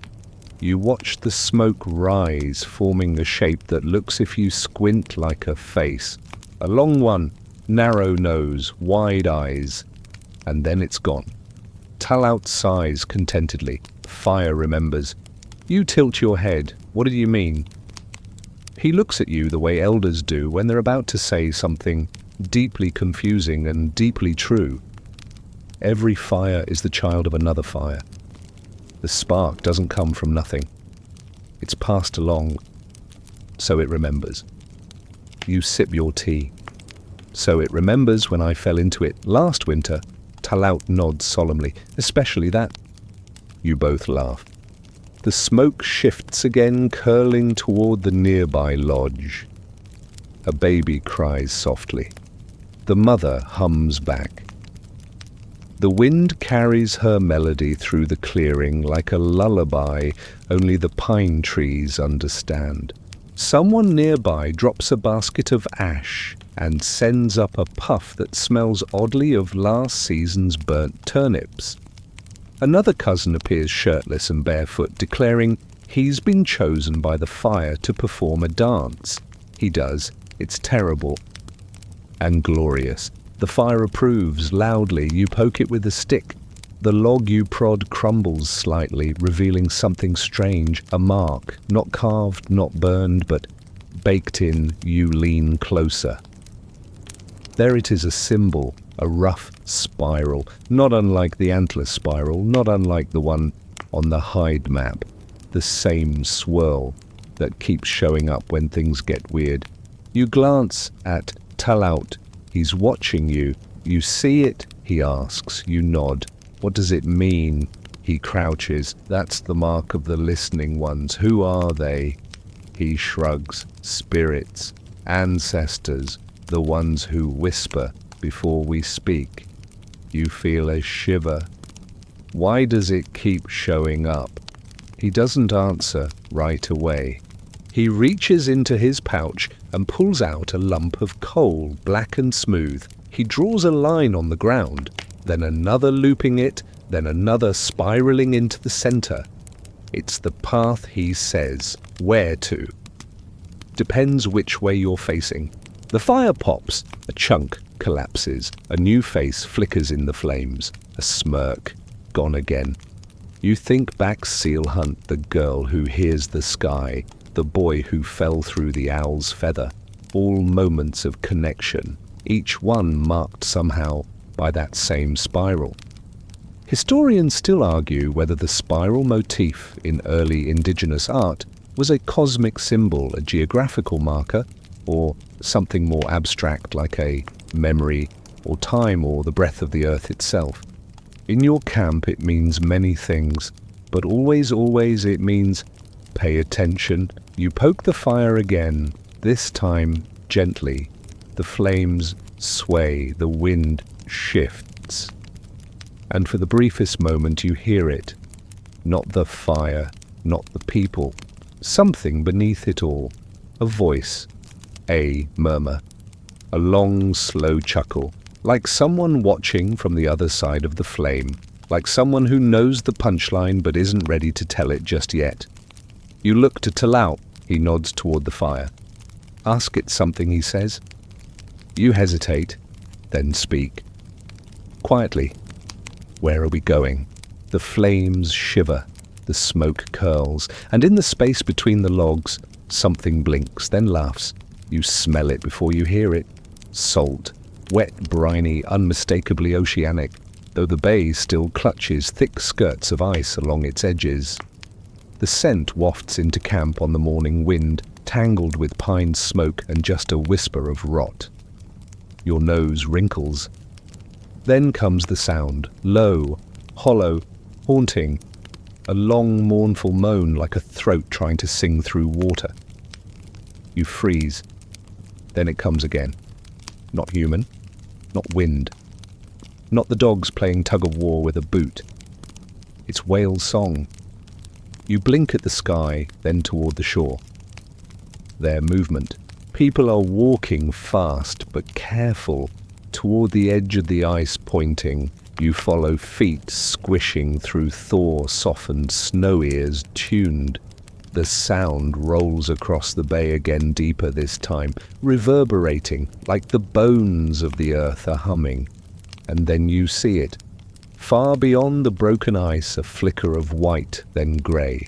A sleek body breaches, not high, just enough to catch a glimpse.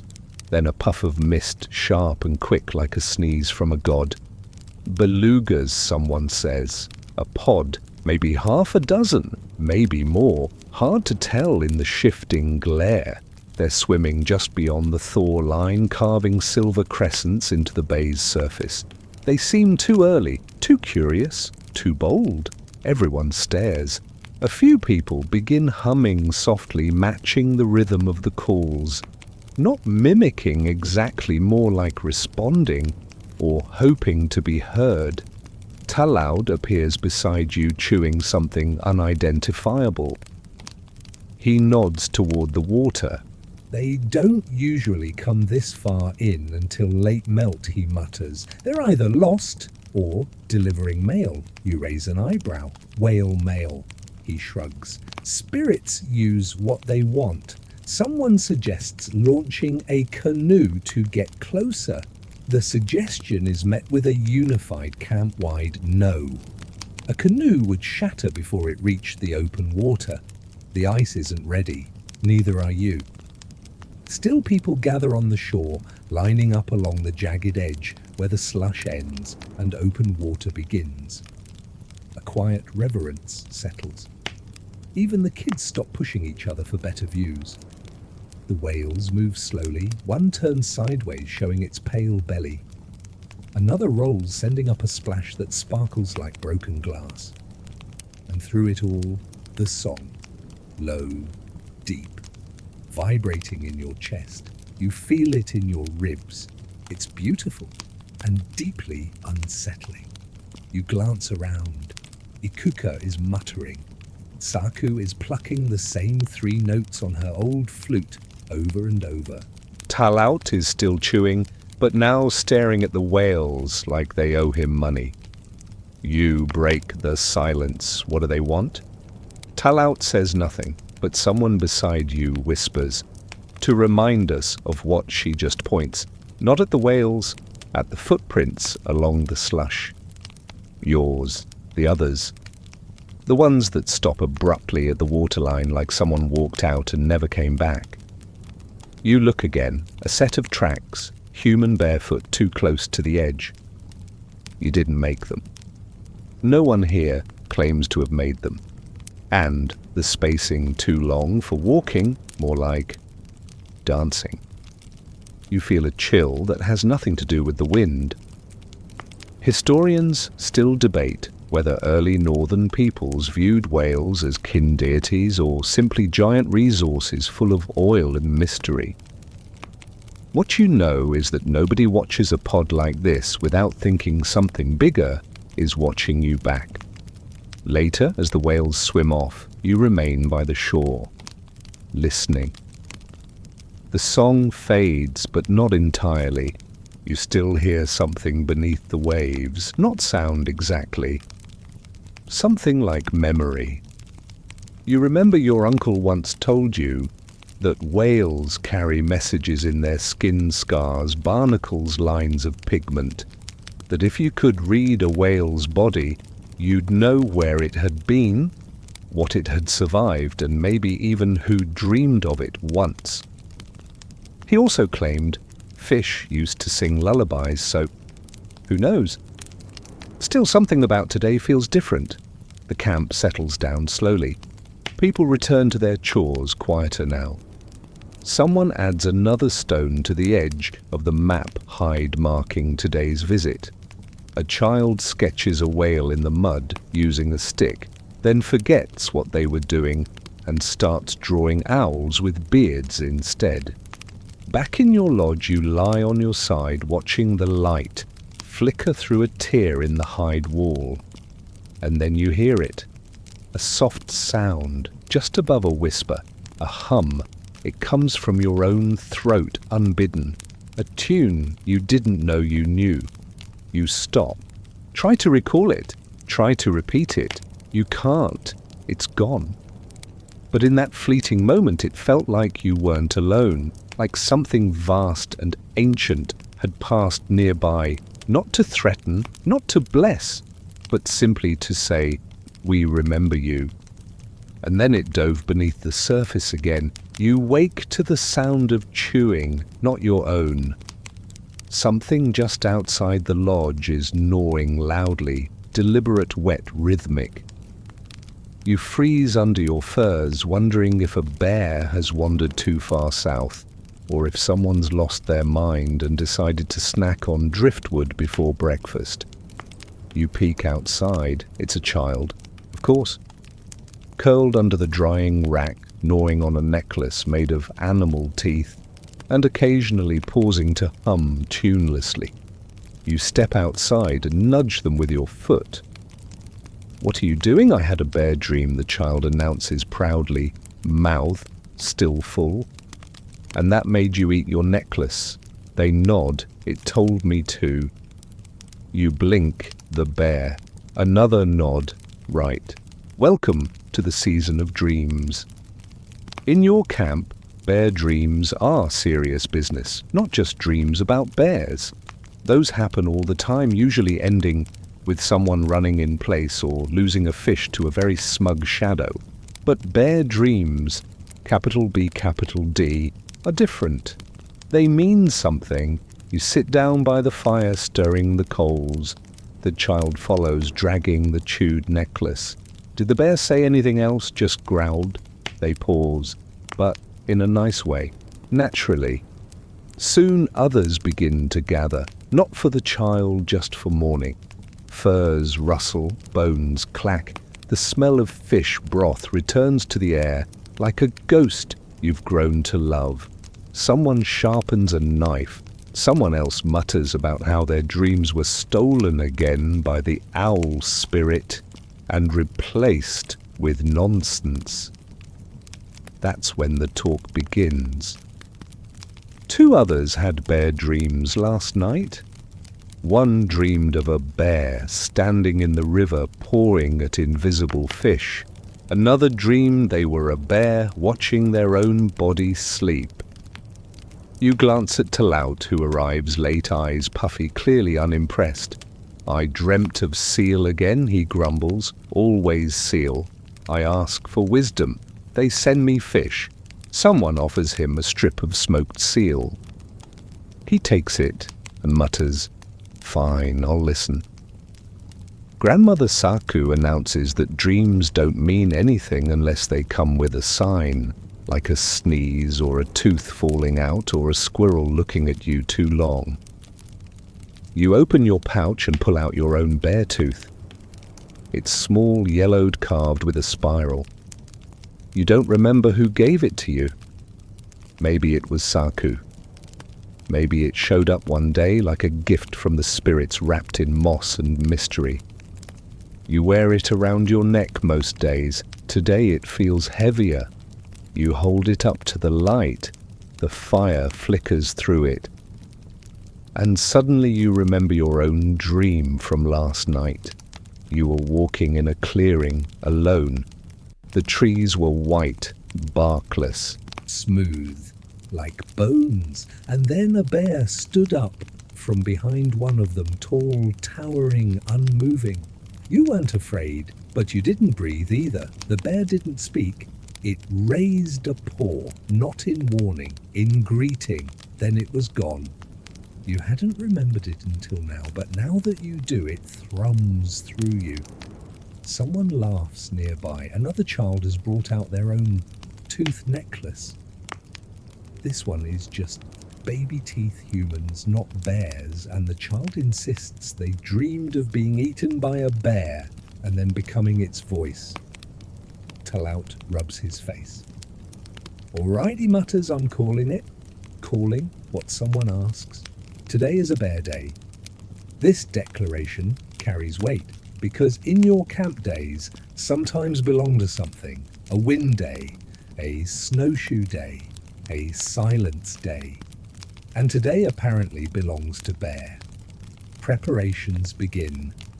Bear days mean two things: amulet making and dream interpreting. Because if the spirits are walking in that form, you don't want to be caught without a proper offering, or worse, a bad pun about claws. You're given the job of helping carve new tokens. You sit with 3 others working bear teeth, bone fragments, bits of wood into shapes, paws, snout spirals. Some are practical, others are wildly interpretive. One person insists on making a bear holding a fish, holding a smaller bear. You don't ask, you focus on your own piece. A single tooth, worn, smooth, tied with sinew and a shred of red-dyed moss. You hold it in your palm. It feels warm, not physically, not in any measurable way, just present. That afternoon, a quiet ritual is held, nothing dramatic, just a circle around the fire, each person holding their token, each person speaking softly, not aloud, not really, just toward the smoke, toward the spirits, toward whatever watches when you dream of fur and paws and unblinking eyes. You close your own eyes. You see the bear again, standing, watching, not warning, waiting. Historians still debate whether bear symbolism among northern peoples was spiritual, ecological, or mythological protector, predator, or ancestor. You don't debate. You live it. That night, as you tuck your amulet under your blanket and settle onto your moss mat, you wonder if the bear will return. You hope it does. You want to raise your hand in greeting this time. You want to ask it what it saw. You want to hear it growl in a nice way. The shoreline is full of dancers, not official dancers, not trained ones, just people moving because something in the air tells them to. Feet dragging slow arcs through slush arms, swaying with the rhythm of wind and memory. It's not a festival, it's not even a planned event. It's just what happens sometimes when the moon is right, the smoke is soft, and someone starts tapping a stick against a rock with perfect timing. You stand among them, half participant, half spectator.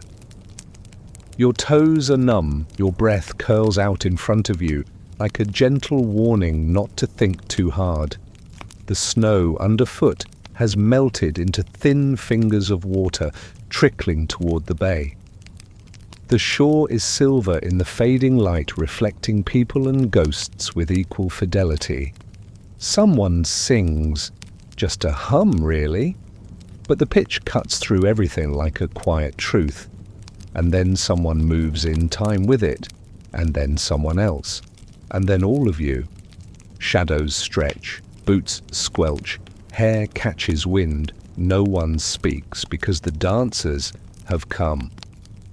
You've heard stories of nights like this, nights when the line between people and spirits thins, when some of the shapes moving at the edge of the water aren't wearing skins they were born with, when footprints appear without feet, when a laugh echoes from a mouth that isn't open.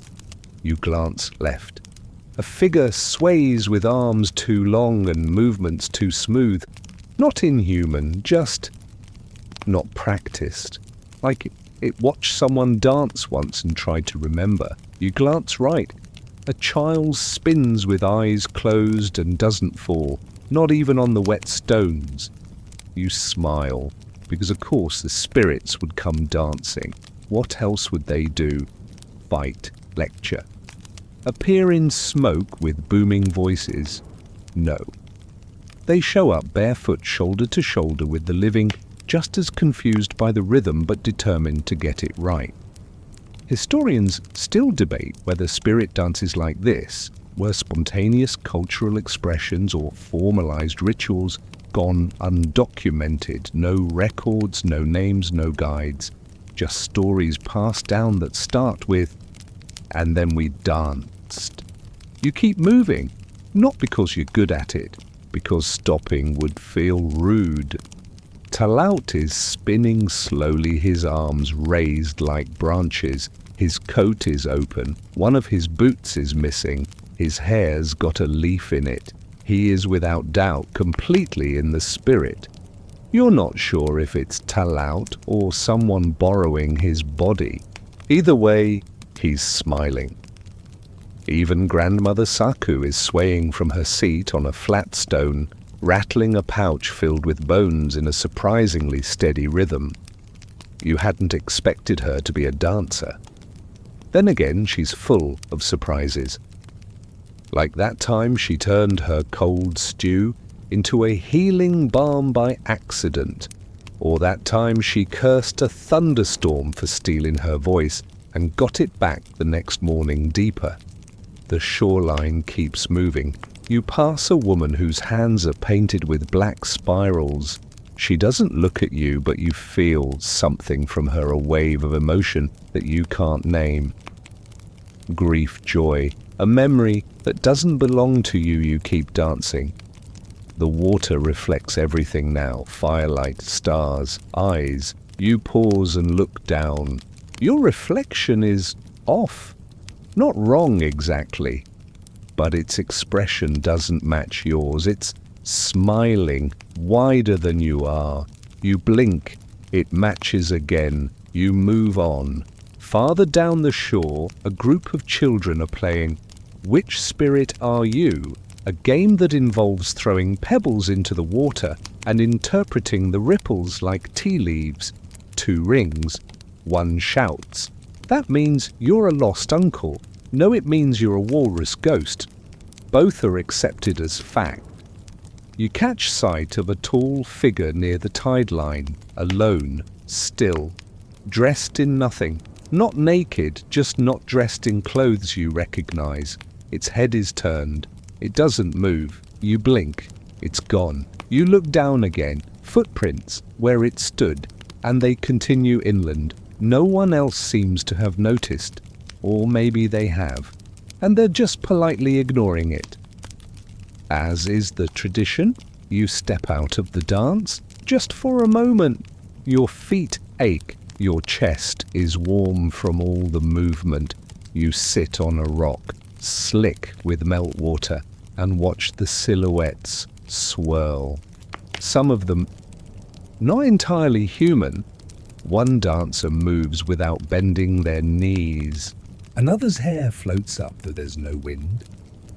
A third walks straight into the water, stops at the knees, and keeps moving across the surface. No splash, no ripple, just motion.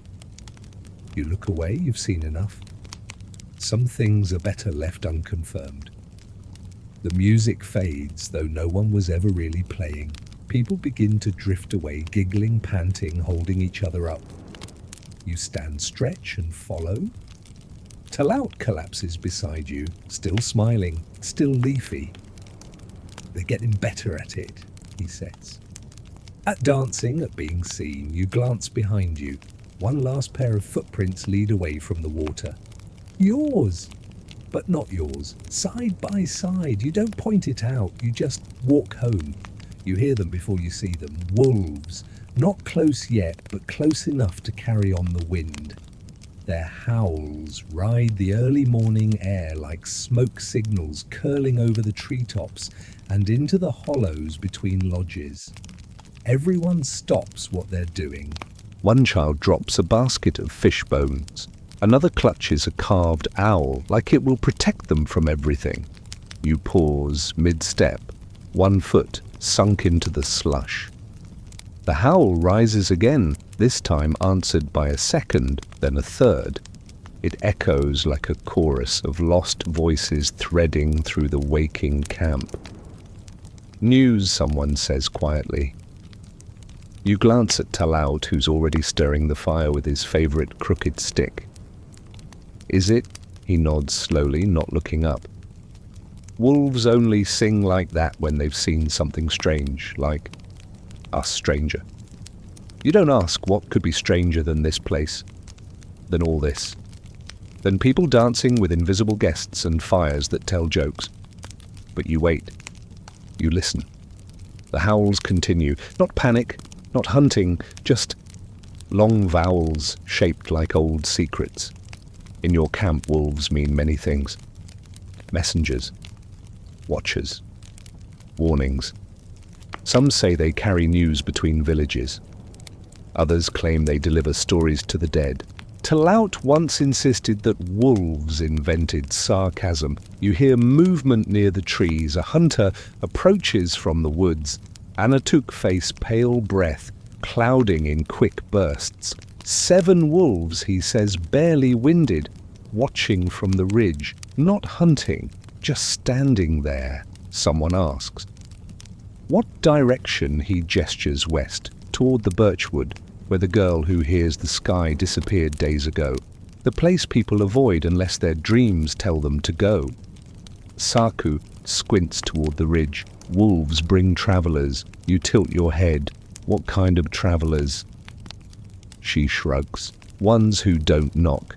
The camp begins to buzz. Not panic, anticipation. People start sweeping the paths between lodges, tidying moss mats, stirring stews with a little more reverence than usual. Offerings are laid out, bits of bone strings of berries, fish skin twisted into clever knots, just in case, because sometimes when wolves howl, someone unexpected shows up. You're asked to help smoke more meat. Not because you're good at it, because you're the closest warm body with 2 hands. So you crouch near the rack, flipping fish strips, watching fat sizzle and drip into the coals. The air thickens. Clouds roll in from the west. The wolves fall silent. And then you hear it. Footsteps. Not running, not heavy, measured, deliberate. You glance up.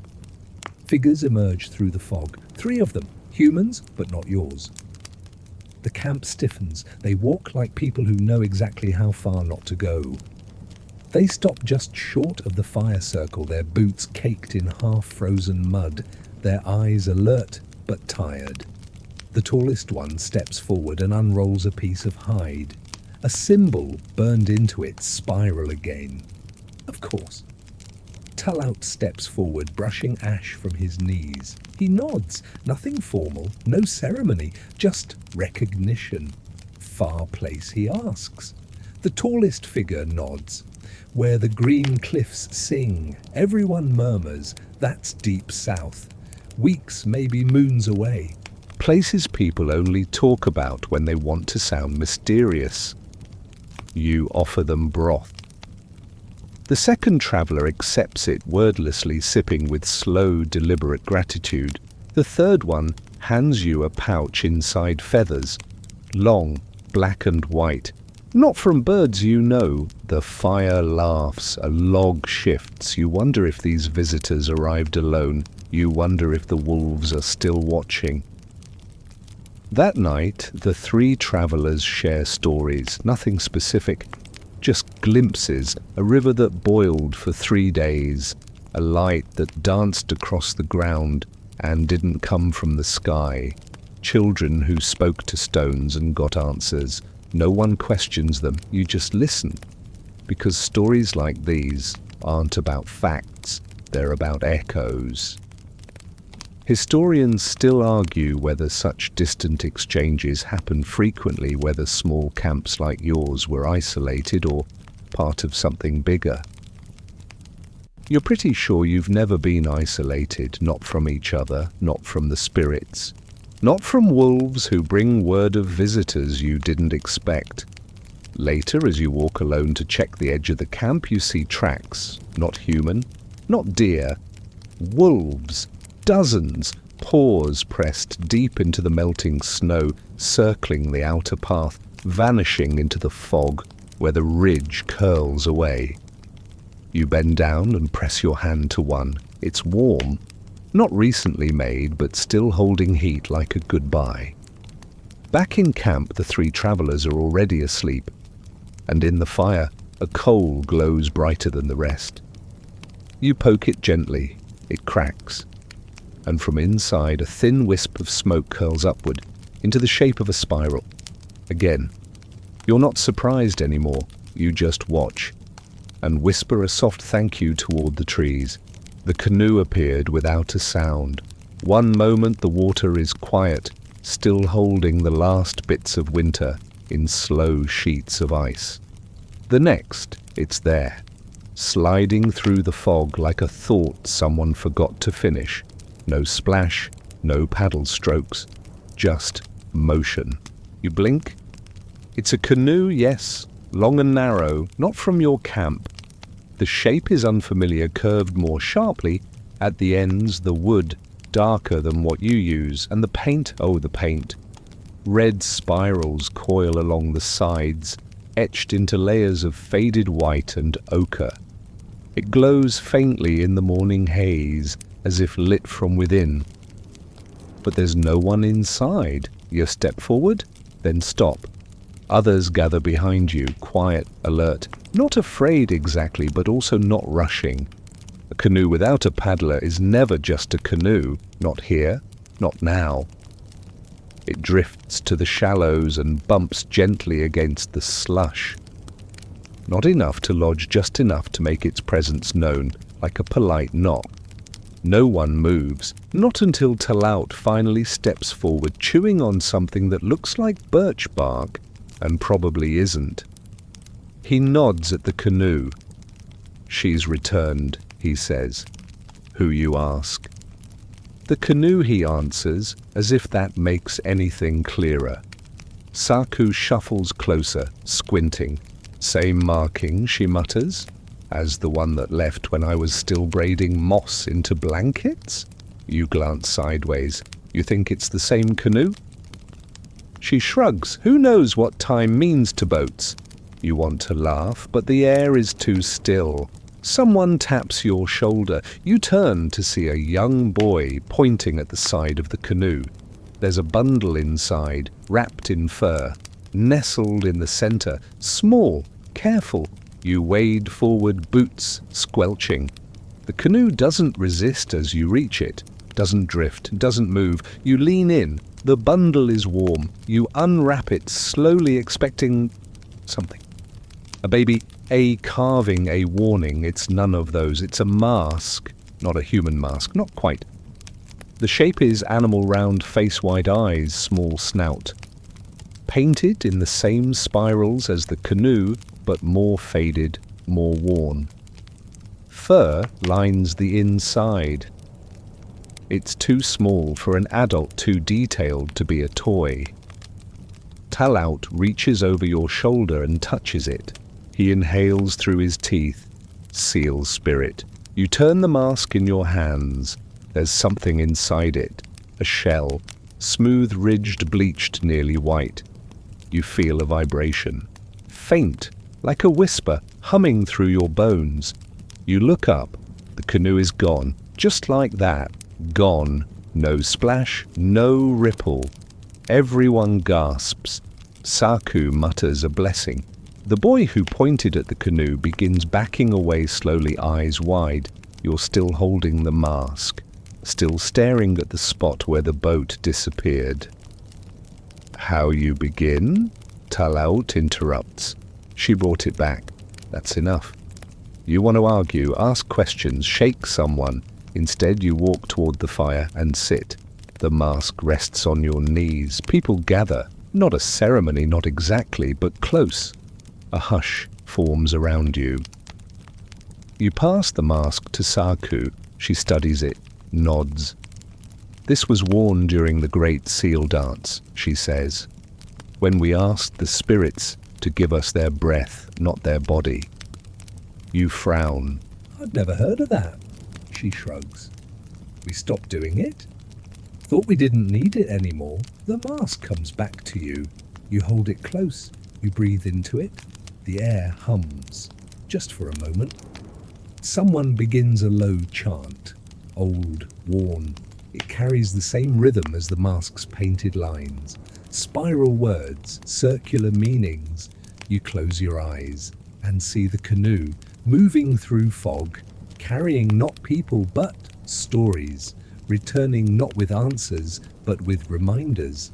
Historians still argue whether objects like masks and boats carried symbolic importance across long distances, or whether such returns were more legend than lived. You know this: no one touched the water, no one paddled that canoe, and yet it arrived. It arrived exactly when you needed it.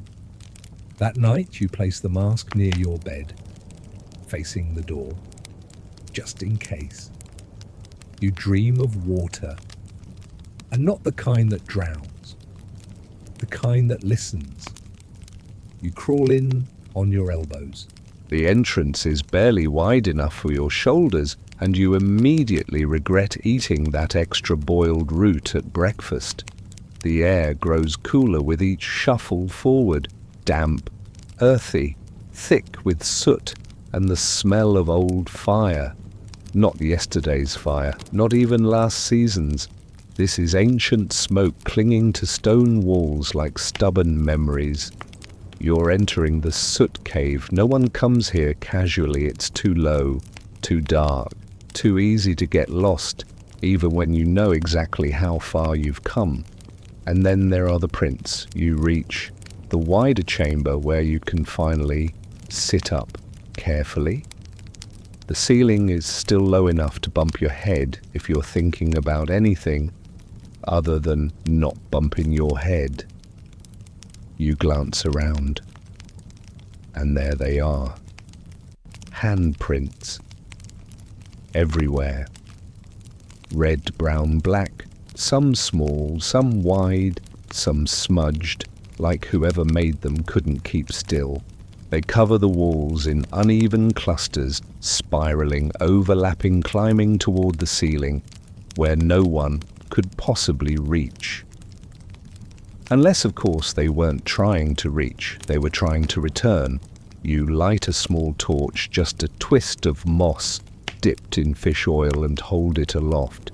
The flames flicker across a wall covered in streaks and symbols. Some look like birds, others like long-legged creatures with too many eyes. But it's the hands that make your stomach twist. You see one print familiar in size, in shape, yours. You press your palm against it, not a perfect fit, but close. Then laughter, not loud, not near, but real. You whip around, the flame shivers, no one's behind you, no one is ever behind you in the soot cave. Except for the soot itself. It moves when you're not looking. It's why people don't stay long. You turn back to the wall, and now the handprint you touched looks darker, fresher. You pull back. A drip of moisture falls from the ceiling onto your cheek. You reach up. It's not water, it's warm. You don't want to think about that. You step deeper, more prints. Now accompanied by footprints pressed into hardened ash that never quite washes away. You crouch lower and trace a toe mark with your finger. 4 toes, wide pad, not human, not entirely. And then you find it, the soot sketch, half hidden under a ledge like someone didn't finish or didn't want to. A face, round, masked, spiral across the forehead, eyes, amused. You feel your pulse in your ears. It's familiar. You saw that spiral yesterday, on the mask, on the hide map, on the canoe. It's everywhere now. You whisper, why, and the soot answers by flickering in your torchlight. Not with a face, not with movement, with a smudge. You hadn't noticed it before, just to the left of the spiral face. A crude drawing of 3 people standing, one with a stick, one with a flame, and one lying down, sleeping, dead, dancing. Hard to tell. Possibly all 3. You exhale slowly. Behind you the tunnel hums. You glance back. Still alone. Still here. Still breathing. Historians still argue about the purpose of soot caves, ritual chambers, vision spaces, makeshift winter. Shelters gone mythic over time. What you know is this. When you leave this place, soot clings to your skin for days. It seeps into your hair, your eyes, your dreams, and maybe your thoughts. You reach for a chunk of charcoal near your knee. You hesitate, then press your own palm to the stone wall. Not a hard slap, just a gentle print. You trace your fingers once through the soot, so there's no mistaking it. You are here. You are here. Maybe someone will find it later and wonder who you were. Maybe you'll come back and forget it was yours. Or maybe, just maybe, it'll move on its own. You crawl back toward the light. Your torch flickers and dies just as you reach the mouth of the cave. The sunlight blinds you. The air tastes sharp and new. A cousin waits for you at the entrance. Did it speak to you, they ask. You nod. They don't ask what it said. That would be impolite.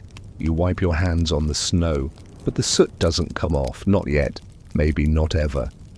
Rain begins as a whisper, not a downpour, not even a drizzle, just the quiet tick, tick, tick of droplets landing on stone, on fur, on the dome-shaped roofs of the sleeping lodges. A gentle tapping as if the sky wants to ask permission before fully arriving. You step out into the grey light. Everything smells like new water, fresh and cold and slightly metallic like a river running through a memory. The air is thick with it, soft, heavy. You feel it on your skin before you feel it in your bones. And then you see it. The grave. Not newly dug, not hidden either, just there. On the edge of the melt, half sunken and half flooded. A low mound outlined in stone. You've passed it before many times, but today something has changed. One of the stones is upright now. It wasn't before. You walk toward it. The ground squelches under your boots. A dog trails behind you, hesitant. Smart dog. The stone is taller than it seemed from a distance, covered in moss, but something's been scraped away. You crouch and brush the surface. Carvings, faint, shallow, worn by time and ice and the weight of being ignored. A face, round, wide eyes, and of course the spiral. It's almost a joke now. You half expect to see the spiral in your soup. But this one's different. There's a second face, smaller, tilted downward, one arm raised pointing into the earth. You trace the lines with your finger. Then you hear it. Chink. Not thunder, not a bird. A hollow clink, like stone tapping stone. You look up. Across the grave, another upright rock. You squint. You're sure it wasn't there yesterday? You walk to it. More markings, a paw, a hand. A small footprint etched beside them. Then another sound. Chink. You spin. A third stone. You're not alone. The camp hasn't noticed yet. The rain has pulled people inward. Fires are burning low. Soup is boiling. Children are quiet for once, curled up in fern nests with half-finished antler puzzles. You stand in the middle of the graveyard and count 1 stone, 2, 3, more. You walk from one to the next, each one different. Some bear names, well symbols you think are names. Others show scenes, hunting, dancing, a person placing a mask over their face. The carvings aren't recent, but the arrangement is. It's changed. Someone or something has been moving them. You reach the edge of the site and find a cluster of stones leaning inward, forming a rough circle. In the center, a depression in the earth filled with rainwater. A pool. It reflects the sky perfectly. Too perfectly. No ripples, no distortion. You lean over it and see your reflection. Except it's not quite you. The face blinks slowly, then lifts a hand you haven't moved. You stumble back. The pool ripples finally. Just water now. You glance around. Still alone. You step carefully around the stones, back toward camp. Saku is waiting by the path, holding a bundle of dried leaves. You went to the graves, she says. You nod. You weren't invited. You open your mouth. She holds up a hand. Not by me. By them. You blink. She hands you the leaves. Burn these at your fire. Tonight. Quietly. You don't argue. You don't ask. That night after the rain ends and the clouds retreat into dreams of their own, you light your fire. You burn the leaves. They crackle fast, releasing a smell like cedar and something sharper, maybe bone dust, maybe regret. The flames burn blue for a moment, and then a face flickers in them. Not yours. Not a stranger. Just a watcher. Then it's gone. You stare into the coals, waiting for something else. Nothing comes. Only silence. Only smoke. Historians still argue whether upright stones in ancient burial sites were spiritual sentinels, markers of status, or part of a forgotten language. You think they were more than one thing. You think they still are. And as you lie on your mat that night, the image of the reflection you'll not quite face lingers behind your eyes. Was it memory or warning? You clutch your blanket tighter and sleep without dreams. You braid your hair with a storm in the sky. It's coming. You can feel it in your teeth. That hum behind your ears, the weight in your chest that's not worry, exactly just pressure. Everyone feels it. The dogs are restless. The elders are silent. Even the wind holds its breath as if waiting for permission to roar.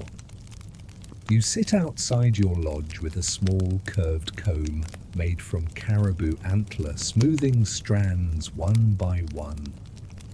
Today the braids aren't decorative. They're protection, not from the weather, from each other. From words that fly too easily when the wind is high. Your mother once told you, when the air stirs wrong, don't leave your hair loose. That's how spirits slip in. You were 6. You took it literally. For a whole season, you slept with your head wrapped in moss. The dreams were no worse, but you woke up itchy and slightly moldy. Now you just braid. Others are doing it too. By the fire, 2 sisters knot each other's hair without speaking. A few children sit in a line while their grandmother weaves damp strands into spirals that mimic the carvings on the old stones. You glance toward the horizon. Dark clouds stack like angry bowls. Lightning flickers in the distance, not jagged, rolling like slow veins across the sky's skin. You finish your braid and tie it with a twist of grass. Talaut wanders by. He squints at your hair nods, left over right. Good. You shrug. Better than last time. He lifts his own tangled mass of hair, which is somehow both matted and defiant, and shrugs. I let the storm deal with it. You smirk. That explains a lot. Nearby, someone stirs the stew a little too forcefully and splashes boiling broth on their foot. The ensuing curse is elaborate and deeply creative. No one laughs. Storm etiquette is in effect. Because you never know which words the wind might take, which is why when people argue during a storm, they never finish their sentences. It's bad luck to end a fight when the sky is listening, so instead, people pause mid-insult. Maybe if you didn't always crack. Thunder cuts the air. Everyone looks up. The sky has arrived. You and Talaut move to secure the lodge flaps. Others do the same. Furs are rolled up. Cooking stops. The fire is damped, not doused. Offerings, bits of fat, fragments of bone, knotted threads are scattered at the edges of the camp. For appeasement or distraction, or both. Sayako sits in the middle of it all. Eyes closed, braid long and neat down her back. Her lips move, but no sound comes. A prayer, a lullaby, a reminder. The wind rises, and with it the voices. Not human, not language, just sounds. High, low, almost musical, almost mocking. They come from nowhere, everywhere. Someone whispers, "It's the braid spirits?" You don't ask what that means. Instead, you run a hand down the length of your braid. It's wet now, heavy. It clings to your spine like a friendly snake. You retreat into your shelter. Outside, the storm begins in earnest. Rain lashes the ground sideways. The lodges creak and sway. Somewhere, a hide covering tears loose and flaps wildly before someone tackles it and ties it down with curses and twine.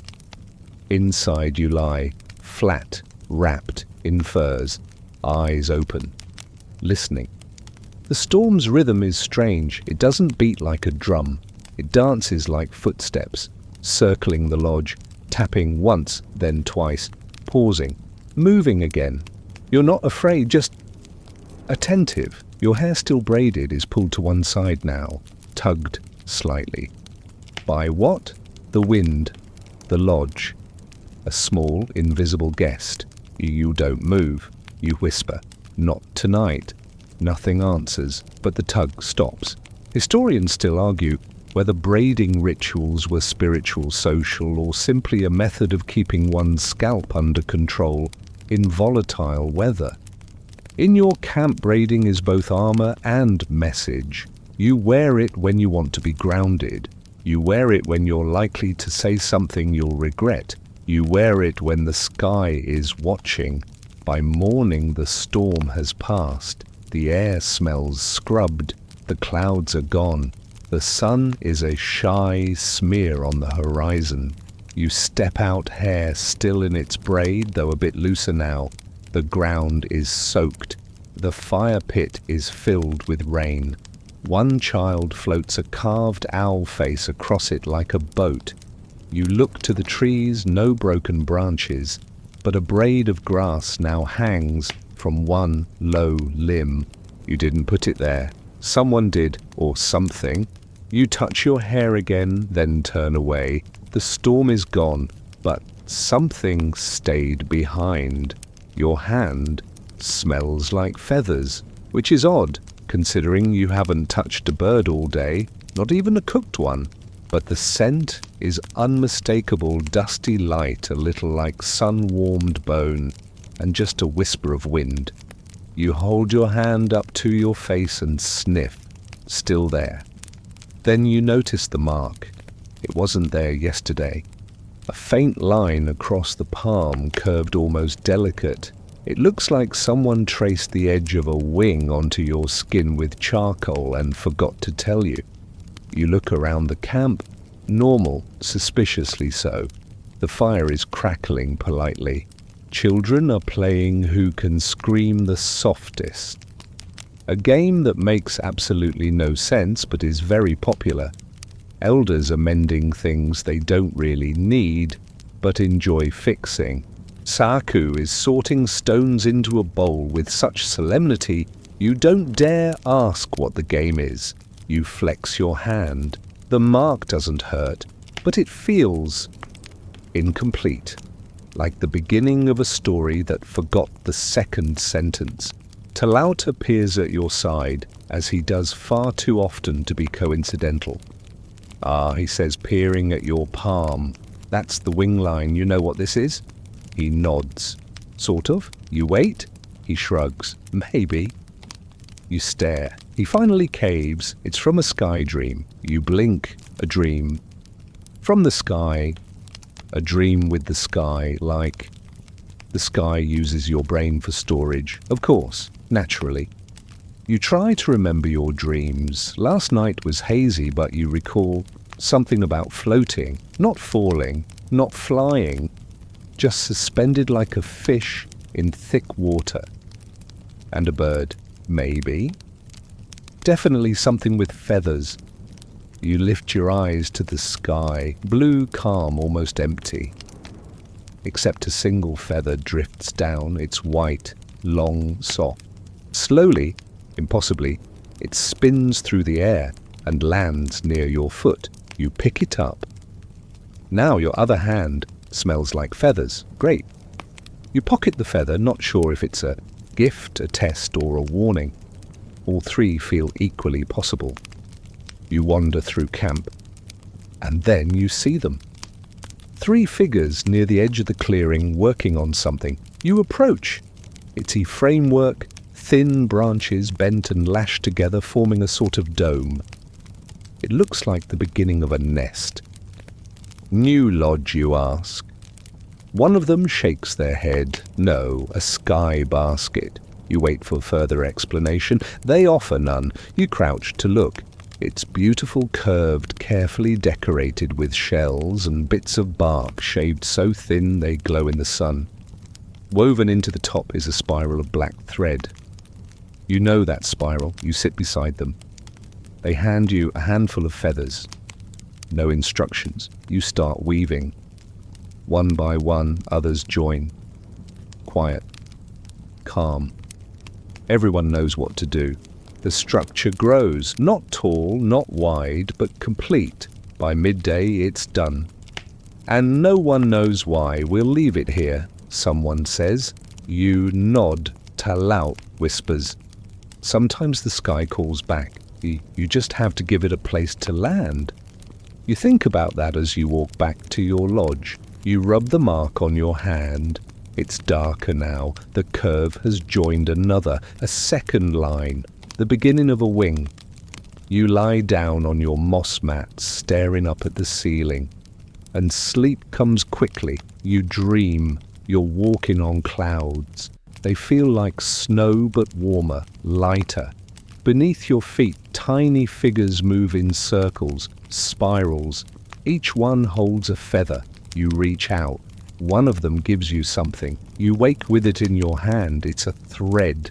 Black, twisted, same as in the sky basket. Historians still argue whether sky baskets were symbolic objects, dream catchers, weather totems, or simply forgotten art. You don't care. You tie the black thread to your wrist. You look to the sky and you wait, because someday the sky might land, and you want to be ready. There's a tree that hums. You didn't believe it at first. Trees creak, trees moan, trees whisper when the wind brushes them just right. But that seemed excessive. Until today. You're walking the path behind the ridge where the ground rises in gentle knuckles and the trees grow close together like they're conspiring. The air is warm for once, almost syrupy. Your boots squish quietly through thawed moss. You don't even notice it at first. Then you stop and hear it. A low vibration, not quite a note, more like the start of a sound. doesn't seem to come from any direction. It's just around, inside your ears, inside your teeth, inside your ribs. You put a hand on the nearest tree and the sound gets louder. The tree is humming, not like a flute or a drum, like a sleeping animal, like a secret trying to breathe. You step back. Talaut steps up beside you, holding a fistful of wild onions and a face that says he's not impressed. Found a did you, he says. You nod. He leans on the tree casually. It only sings for certain people. You raise an eyebrow. Oh, not for special people, he adds quickly. Just people who are listening wrong. You blink. Wrong. He smiles. Sometimes the tree doesn't hum. Sometimes you do. And it's just agreeing. You don't respond, mostly because you're not sure if your chest is humming right now. You press your palm back to the bark. It feels like it's breathing. Someone behind you gasps. Another tree's humming. Then another. Soon the little grove is alive with it. A low, quiet chord. A vibration that's not loud, but undeniable. Everyone in your group spreads out, touching trees like lost children. Some laugh, some cry. One person sneezes and claims the tree sneezed back. You look around. Each tree bears a scar, not fresh, not violent, just touched. Burn marks, knife scratches, spiral carvings faded by time. One tree has a tiny face etched near its base. Round eyes, crescent smile, spiral forehead. Of course, you sit at its roots. You place your hand on the ground, and you feel it, like a drumbeat far below, not fast, not urgent, just patient, waiting. The humming softens, fades, disappears. The silence that follows is thicker than sound. You sit a while longer. No one talks. Even Talaut is quiet. Historians still argue whether singing trees described in early oral traditions were literal, metaphorical, or symptoms of sound-sensitive hallucination brought on by starvation and exposure.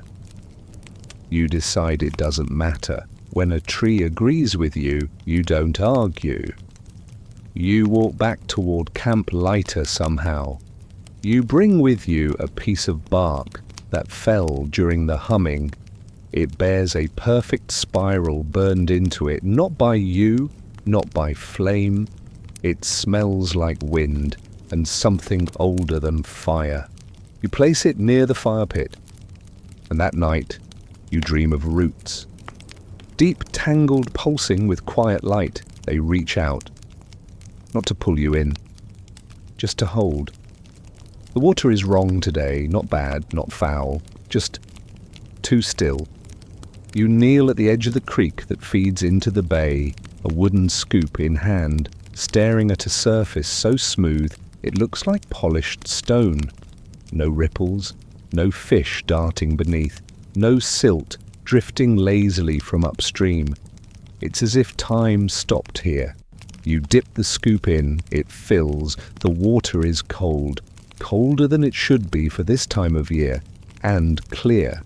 So clear you can see the pebbles on the bottom, the stray twig caught between two stones, the silvery flicker of a single fish still unmoving as though suspended in thought. You blink. It vanishes. Good day for reflection, Talaut says, appearing over your shoulder, like some overly familiar spirit guide. Or terrible omens. It's always one of those. You squint at the stream. When did it get this clear? He shrugs. Clear water means open ears. Whose? He just raises an eyebrow.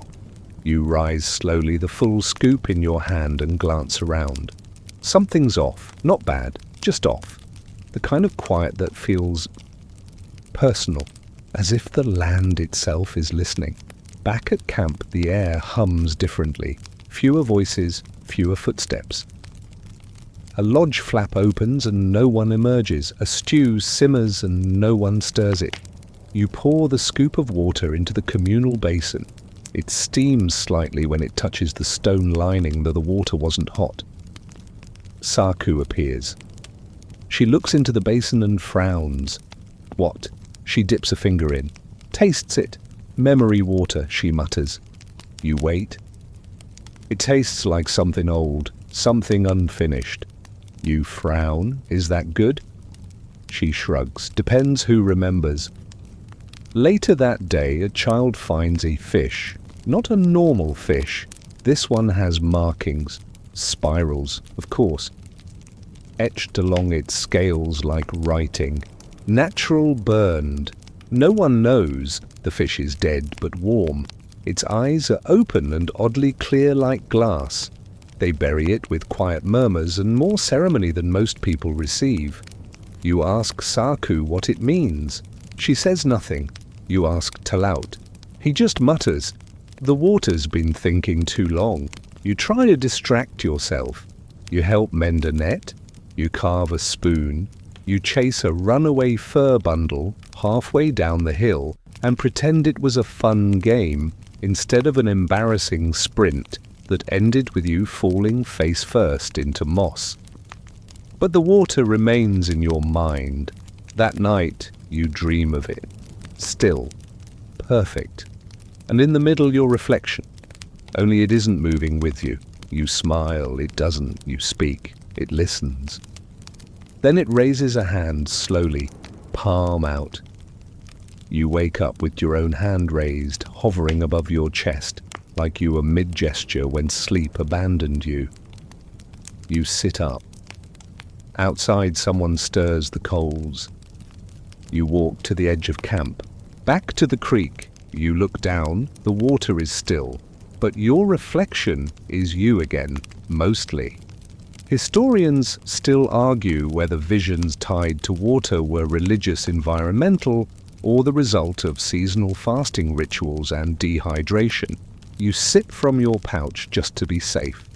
Then before you return to bed, you whisper to the water. Not a full sentence, just a greeting. A yes, I see you. Because sometimes that's all a reflection wants. To be noticed, to be returned. You are surrounded by silence and not the peaceful kind. It's morning, but no birds call, no dogs bark, not even the usual grumble of Talaut waking up and cursing the existence of knees. The air is still unnaturally so. You can hear the sound of your own breath like it's coming from someone else's lungs. You step outside your lodge, everything's in place. The fire pits are warm, lodges uncollapsed, baskets unspilled. Nothing looks wrong exactly, but nothing feels right. It's as if the camp is holding its breath. You walk slowly past the drying racks, past the fire ring, past the lodge where Saku sometimes sings old stories into the moss when she thinks no one's listening. No one stops you. No one looks up. You realize no one's talking. Not in a quiet morning kind of way. In a deliberate way, you pause. Talaut appears, his hair unbraided and pointing in 4 directions. He raises a finger to his lips, slowly, then points upward. You follow his gesture. Above you, perched in the branches of the tallest pine, is a shape. A bird. Huge, unmoving, not quite eagle, not quite raven. Its feathers are the color of burnt bark and the inside of a thundercloud. Its eyes shimmer golden black in alternating pulses. It's watching. You blink, it doesn't, you mouth. What is it? Talaut whispers so quietly you almost miss it. Storybird, your scalp tingles. The elders don't usually mention storybirds. When they do, it's in the kind of whisper that follows a long silence and precedes a dream you don't want to remember. Some say storybirds come to carry tales between the living and the not-so-living. Some say they eat lies. Others say they arrive when something forgotten is about to be remembered. You and Talaut sit cross-legged near the fire. He finally speaks, out loud, barely. I saw one once before, when I was 5. You wait. I told a story that wasn't mine, and it watched me for hours. What happened? He shrugs. I stopped telling stories for a while. The bird still hasn't moved, but now others begin to gather. No one speaks above a murmur. Someone brings an offering, a bit of bone, carved into the shape of a mouth. It's placed at the base of the pine. Someone else brings a loop of braided grass, the kind Saku uses in naming rituals. That too is laid down. The storybird watches. Not hungrily, not impatiently, just fully, as if memorizing each blink. You feel it then, the impulse to speak. Not just talk, not chatter, tell. You think of a story, a true one, your own, a time when you stole a bone carving from your cousin and pretended to find it near the creek. You thought you'd forgotten, but the guilt is still warm in your chest. So you whisper the truth. You don't mean to say it aloud, but it slips out soft and clear. I took the owl bone. A pause. The bird cocks its head, then ruffles its feathers once. The air hums. The silence breaks. A wind moves through the camp. Dogs bark. Someone sneezes. Saku laughs. The spell is broken, but the storybird remains. Historians still argue whether such apparitions described in oral traditions were metaphor, hallucination, or exaggerated wildlife encounters given spiritual weight. You think they're real, maybe not physical, but real enough. Before long, the bird lifts off. No wing beat, no sound, just upward, gone. Only a single feather remains caught on a branch. You climb to retrieve it. It's light, lighter than it should be. It trembles in your hand like it wants to keep flying. You give it to Saku. She nods, ties it to the mouth-shaped bone. Together they place it in the bundle of old tales.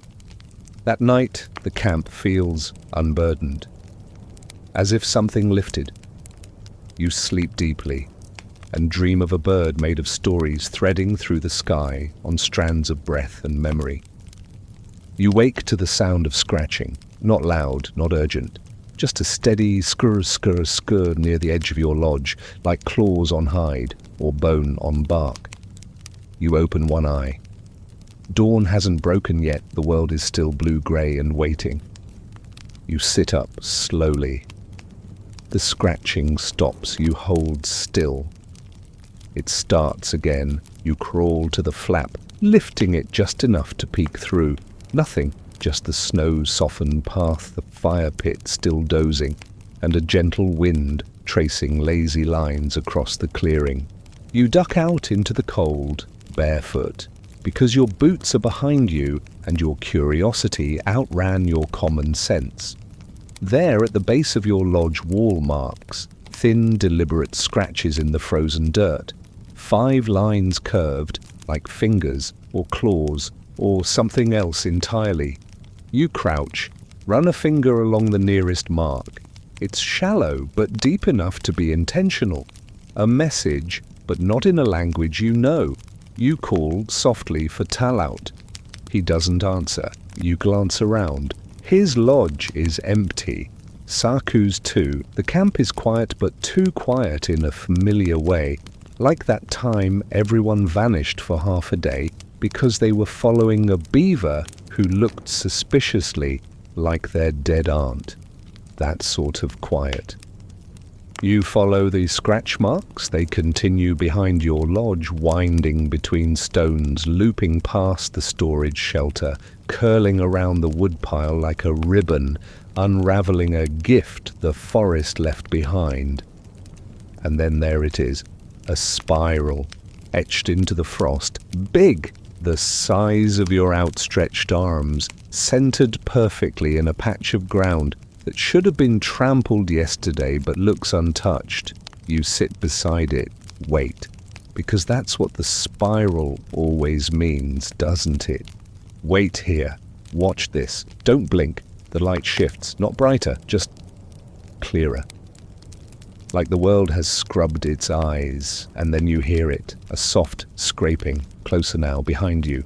You turn, slowly. Talaut stands there, wrapped in a fur, his eyes wide. "I saw it too," he says. "You don't ask what." He sits beside you. You ever think the spirals aren't warnings? You glance at the one on the ground. He continues, "Maybe they're invitations."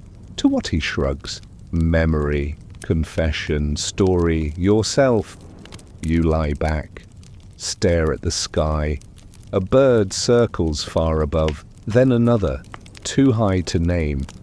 But you feel watched, not unkindly, just noted, filed away. Someone approaches, a child. She holds something wrapped in moss. She kneels, opens the bundle, inside a bone. Carved. Spiral at the end. She hands it to you. "I found it near the tree that hums," she says. Of course she did. You hold the bone. It's warm, like it remembers. Saku arrives next. She sits without a word, then takes out her pouch of ash and begins to draw on the snow.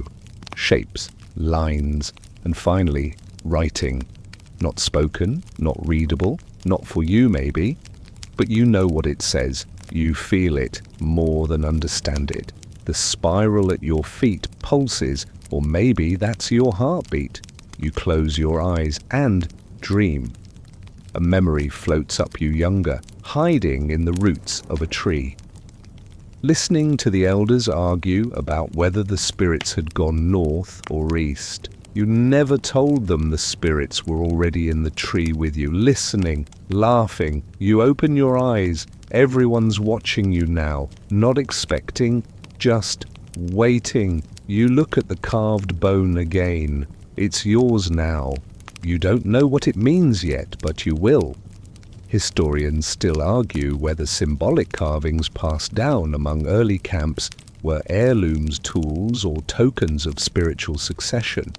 You think they were questions, waiting for the right hands to ask them out loud.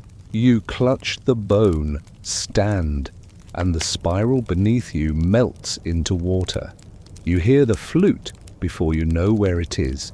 It's not really a flute, it's too hollow, too breathy, like someone exhaling through bone, or the wind playing with the reed. It's known for centuries, still it's music, and it's coming from the direction of the marsh, which is strange because no one goes to the marsh unless something's gone terribly wrong or terribly right. You follow the sound. Each note bends slightly like it's shy. Not a melody you recognize, but familiar in that sleepy, low back of your neck kind of way, as if it was part of a dream you once had and forgot on purpose. The air thickens with scent as you near the water-mud old reeds, something sweet like crushed berries left too long in the sun. You find Talaut standing knee-deep in the marsh, holding a piece of hollow antler to his lips. Of course it's him. You open your mouth to ask why, but before you can, he points with his chin to the far side of the marsh. Something's moving there, slow, deliberate. You squint, it's a woman, or the shape of one. Tall, wrapped in strands of plant fiber skin painted in spiral vines, she glides, not walks through the muck, bare feet never sinking. You freeze. She sees you, raises a hand, not in greeting, in invitation. You step back. Talaut doesn't stop playing. The sound deepens. The marsh responds. The reeds begin to sway, not with wind, with breath. A collective inhale, and then bubbles rise from the water at your feet. You jump back. They pop softly, releasing a faint smell of charred wood and wild honey. Saku's voice carries from the edge of the trees. She's a memory, she says. A memory of what Saku shrugs. Depends on who's remembering. The woman continues to glide. She reaches a patch of still water and kneels, placing her palm flat on the surface. The water holds her hand, not just touching, holding. She turns her head, Spirals painted on her cheeks shimmer, then fade. And suddenly she is gone, just like that. You look at Talaut. He lowers the antler flute. The reeds go still. The marsh goes quiet. And your heart thumps like you forgot it was part of you. Who was she, you ask? He doesn't answer. He hands you the flute. You take it. It's heavier than it looks. Smooth. Cool. You raise it to your lips and blow. The sound comes out crooked, tired. But the marsh responds anyway. A ripple. A rustle. Somewhere a bird sings a single note. You lower the flute. The spiral is etched near the mouthpiece. Of course, you carry it back to camp like a secret you haven't decided whether to keep or share. That night the sky glows strange, not green, not red, blue, too blue. And not above, below, the marsh glows faintly like something underneath has remembered how to breathe. Historians still argue whether certain marsh apparitions were hallucinations caused by marsh gas or encoded ritual events passed down as symbolic dreamscapes. You think the truth is simpler. Sometimes the land remembers you, sometimes it waits to be remembered. And when it sings, it chooses its flute. You hold the bone instrument a little tighter, and sleep flute at your side, dreaming of reeds that listen and spirals that hum across the surface of the still blue water. You wake to footprints on the roof. Yes, the roof. You hear them before you see them, soft thuds, gentle but rhythmic, like someone pacing on top of your lodge. Not heavy enough to be Talaut, not light enough to be a bird. You lie still, listen. One step, then another. Then a pause as if whoever or whatever is up there is considering their next move. Or listening back. You slide from your sleeping mat, moving slowly so the furs don't rustle too loud. You glance at the roof's low ceiling and imagine someone just above it listening. You crawl out the side flap, careful not to disturb the sleeping coals. Outside, the sky is soft grey. Morning hasn't quite committed. Everything is hushed with that half light that makes the world feel paused. You look up. No one. But the snow dusting the top of your lodge is disturbed. 5 clear prints, toe to heel, not human, not deer, not bear either. Closer to, well, they're shaped like hands. You walk around your lodge. On the far side, in the snow, more tracks. They lead toward the woods. Not in a hurry. Not meandering either. Purposeful. So naturally you follow. You move through the trees, boots crunching just enough to remind the forest you're there. The tracks stay consistent. No signs of confusion or fear. Then they stop at a clearing. And in the center, an object, a mask, half buried in snow, its spiral barely visible beneath the frost. You approach. It's wooden, smooth, worn. The eyes are closed, not carved that way, just shaped like they're dreaming. One spiral across the forehead, another along the jawline. You pick it up. It hums softly, just once. You freeze, but nothing happens. You turn the mask over. Inside a carving. Not every watcher waits. You blink. The words fade. Saku appears behind you, silent as a snowflake. She touches the mask with 2 fingers, nods. I thought she might come. Who Saku points upward. You follow her gaze. On a branch just above the clearing, a small pouch dangles from a knotted thread. You climb not gracefully and retrieve it. Inside 3 stones. One smooth one, sharp one, with a hole through the middle. Saku takes the holed stone and strings it onto a braid of hair, pulled from her pouch. Don't ask why she keeps such things. This is Saku. She hands it to you, for seeing what you shouldn't, or what no one else does. You look through the stone's hole. Nothing changes at first. Then the snow flickers. You blink and see them. Figures standing just beyond the tree line. Not solid, not shadow either. Faint outlines of people not moving, not speaking. Watching. Saku whispers, not spirits, not people. Just stories waiting for their ending. The figures fade. You lower the stone. The world returns. You carry the mask back to camp. Hang it on the fire post above the coals. People glance at it, but don't speak. Later that night, a strong wind rises. Everyone stays inside. But in the morning, the snow around your lodge is undisturbed. And on the roof, only one footprint remains, facing outward. Historians still argue whether such masked apparitions and roof spirits were signs of shamanic visitation, psychological projection, or weather-induced hallucinations. But when your dreams shift after someone steps on your roof, you stop worrying about scholarly consensus. You sleep with the hold stone beside your mat now, not for protection, for clarity, because some watchers don't wait. They walk across the roof while you're still dreaming, and sometimes they leave footprints you can follow. The stars are not where they should be.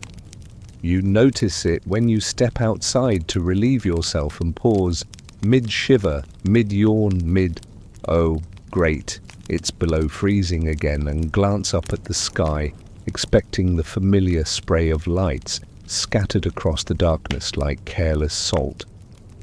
But something's off. The constellations are wrong. The little fish is swimming backward. The 3 spoons have turned their handles inward. And the spiral walker nowhere to be found. You squint. Rub your eyes. Still wrong. Still undeniably rearranged. You pull your fur tighter and wander to the fire ring where Talaut is already sitting, of course, because he never sleeps when the sky gets weird. You see it, you ask. He doesn't look up. Been watching all night. Is it supposed to do that? He finally meets your eyes. Not supposed to, but it has before. Does that mean something? Talaut shrugs. Depends on who's watching and who's being watched. You both look up. The stars don't blink. They wait. Saku joins a few moments later, holding a pouch of ash and an expression that says she hasn't been surprised by the stars since her 3rd winter. They're telling a different story tonight, she says, drawing a spiral in the dirt with her toe. Someone must have asked the wrong question. You frown. What kind of question? She shrugs, the kind that changes the ending. You lie back on the frozen earth, breath misting into the night, and stare at the unfamiliar sky. Slowly you start to trace new lines between the stars. Shapes you've never seen before. A loop, a ladder, a hand. One by one, others come out of their lodges, wrapping themselves in furs and confusion. Some gasp, some murmur stories they haven't told in years. One child points and says, "That one looks like the bird who eats time." Sure, why not? The camp stays awake. No one says it's a vigil, but everyone knows it is. A quiet reverence settles over the group. No fire burns tonight, just bodies huddled close, faces turned upward. Then the stars shift again, not a flicker, a movement, as though someone behind the sky rearranged the pieces mid-game. And in that moment, the spiral walker returns, not in its usual place, but above you, directly above. You sit up. Everyone stares. A spiral of stars, moving. Not rotating like a proper constellation, but unfolding. One star at a time, drifting outward, forming a line, then another until it resembles the shape carved on the mask, painted on the canoes, etched into the soot caves. A perfect match. You exhale. And so does the crowd. A wind rises, not cold, not harsh, warm, alive. The spiral walker pulses once bright, then dims, and the sky resets like nothing happened. Saku stands, brushes ash from her hands. New story now, she says, then walks back into the dark. People follow, one by one. But you stay. Talaut does too, he's smiling. I think we just got an answer. To what he looks at you, to a question we haven't asked yet. Historians still argue whether celestial rearrangements in indigenous oral histories were poetic storytelling devices, misunderstood astronomical events, or encoded memories of comets, eclipses, or supernovae. You think maybe they were invitations to stop assuming the sky always stays in place. You lie back down, close your eyes, and dream of stars that blink on command, and stories that rewrite themselves mid-sentence, because tonight the sky told you something, and you weren't even the one asking. You find a tooth in your pocket, not a tooth you lost. This one's too large, too old, too polished. It has the yellow glow of age and the slightly curved shape of something that once belonged in a mouth that could tear through bone or stories or both. You don't remember putting it there. You sit on the edge of your mat and turn it over in your palm. It's heavy, warm, not like a rock, like something that's been thinking quietly for a long time and is finally ready to talk. You take it to Saku. She holds it delicately, like it might whisper. Bear, she says, but not today's kind. You frown. Older, she nods. Some say the big ones used to walk upright, carry stories in their jaws, spoke only in growls, but everyone understood them. You smirk. You're making that up. She shrugs. I'm remembering. That's different. You keep the tooth. Tie it to a string. Wear it around your neck, where it bumps gently against your chest with each step. It doesn't speak, but it listens. You feel it whenever you lie, even a little. It warms or pulses, or maybe it's just your guilt being channeled through fossilized molar enamel. Either way, you tell fewer lies now. Later, Talaut hands you a bone spoon. Found this, he says, buried near the humming tree. You take it. The bowl of the spoon has a spiral etched deep into it, worn smooth at the edges like it's been stirring something for generations. There's a story that spoons like these used to carry dreams, he says. One bite, and you'd remember something you never lived. You glance at him. Have you tried it? He shakes his head. No. But I did once dream I was a fish who wanted to be a duck. You nod solemnly. And did the dream end well? He blinks. I got eaten, of course. That night, you sit at the fire with both items, the bare tooth and the spiral spoon. Others gather, uninvited but welcome. You pass the spoon to a child who laughs and says it tastes like fog. Then sings a song she's never heard before, a melody that makes your chest ache. One elder begins to hum, another begins to cry. You hold the bare tooth tightly, and for a brief moment you feel the ghost of breath in your ear. A growl, low, gentle. You don't turn. Instead, you speak, softly, clearly. You tell the story of a girl who followed spiral footprints across frozen water, thinking she was chasing answers, but really she was being led to her questions. When you finish, no one claps. That's not what stories are for. They settle. They wrap around ankles. They crawl into the spine.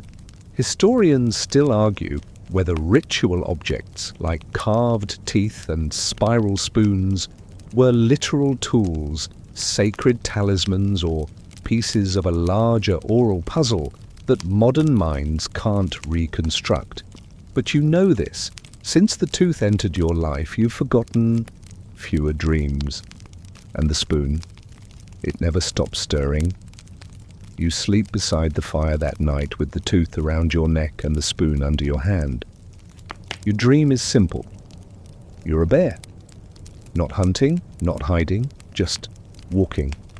And everywhere you step, spirals bloom in the snow. Today is a smoke day. You wake to the scent of burning spruce and distant song. The camp is veiled in a gentle haze, not thick enough to sting your eyes, but enough to soften all the sharp lines of trees of faces of memory. It curls around your ankles like a curious cat. Every breath tastes like charcoal and old stories. You rise slowly. Outside, a small fire smolders in the center of camp. Not hot, not wild, just persistent. A slow-breathing flame wrapped in herbs bark and something that smells like dried regret. Saku stands beside it, her hands dusted with ash. You approach. She nods at the smoke. It's remembering, she says. You nod as if you understand. You don't, but it's one of those days when pretending is easier than explaining. Others gather, quiet. No one speaks above a whisper. The fire does all the talking today. It hisses softly as someone places a bundle into the coals, a braid of hair tied with red thread. A farewell, or an offering, or maybe both. Talaut appears with something wrapped in hide. He kneels and unwraps it slowly. A mask, not carved, formed from bark wax and layers of old soot. It bears no mouth, but the eyes are wide, spiraled hollow. He places it beside the flame. The smoke shifts, rising in a column that bends toward the mask, and pauses as if reading it.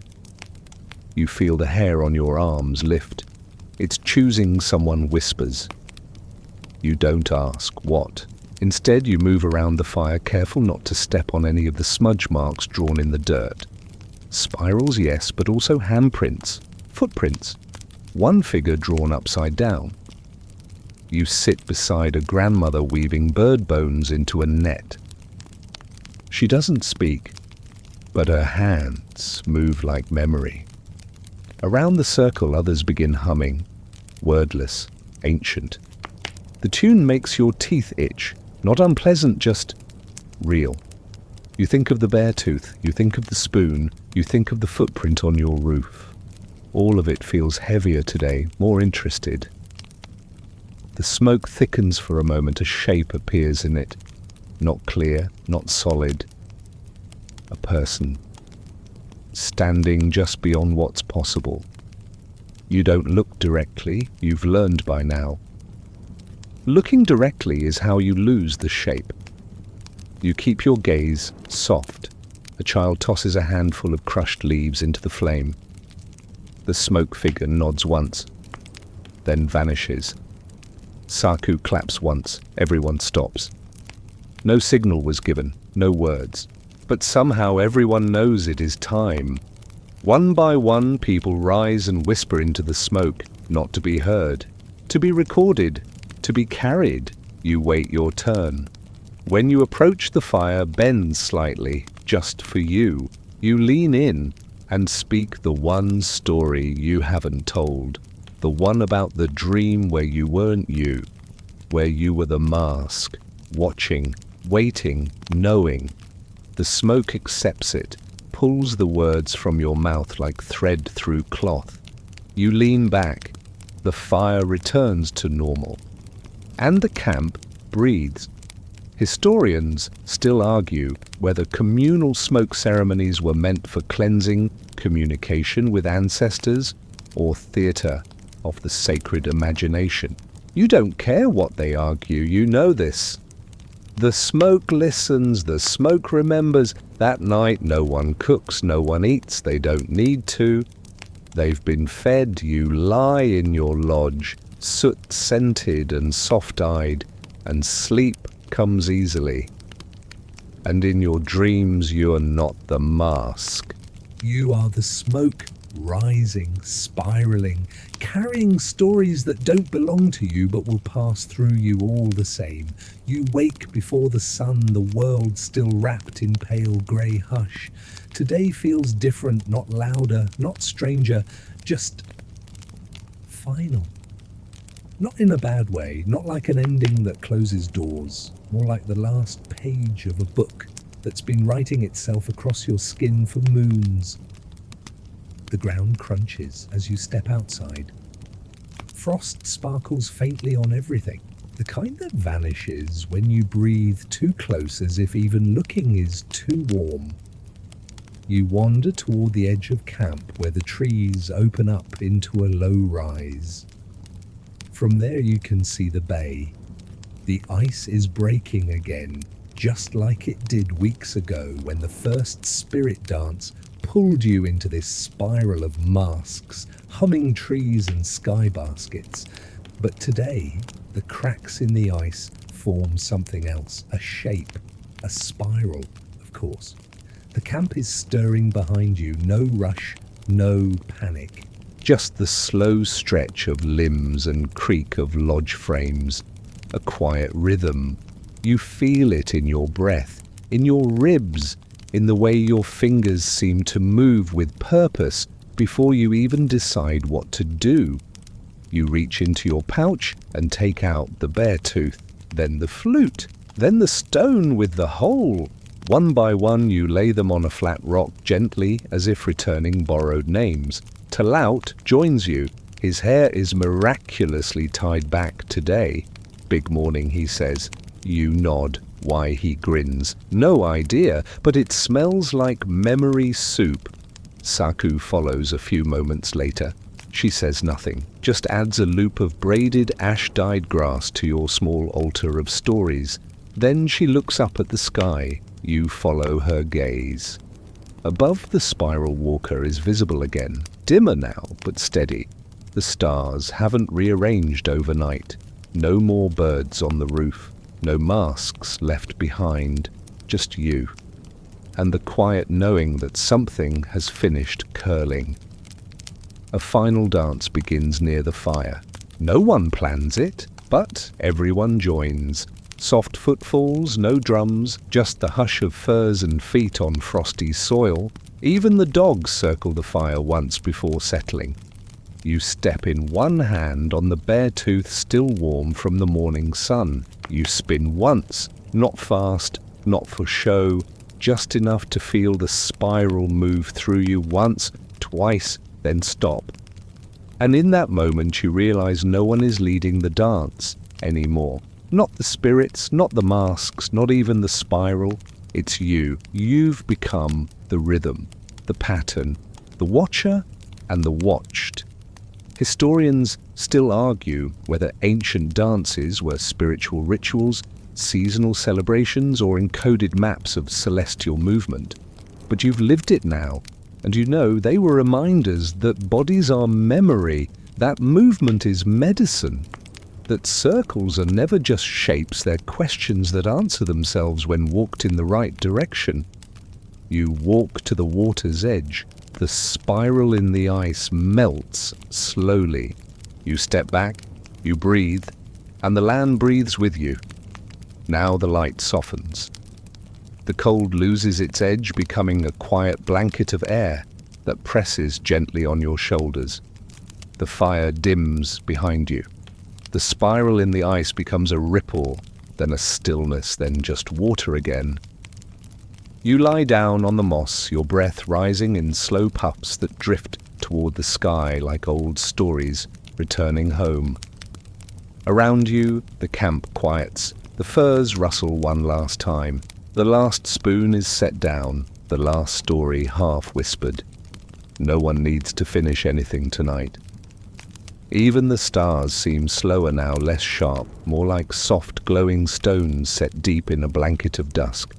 The spiral never leaves, it just curls inward. You feel it behind your ribs, in the hollow of your throat, somewhere between your lungs and your memory. You remember every face that watched you, every footstep on the roof, every stone that turned to listen. And they remember you. So you let go of needing to know. Of needing to prove. Of needing to explain why the tree hummed, or the mask fit your face, or the sky rearranged itself just for a night. You drift. You breathe. You return. And the spiral goes quiet. Not because it's finished, but because it's sleeping too. End of script. Sweet dreams.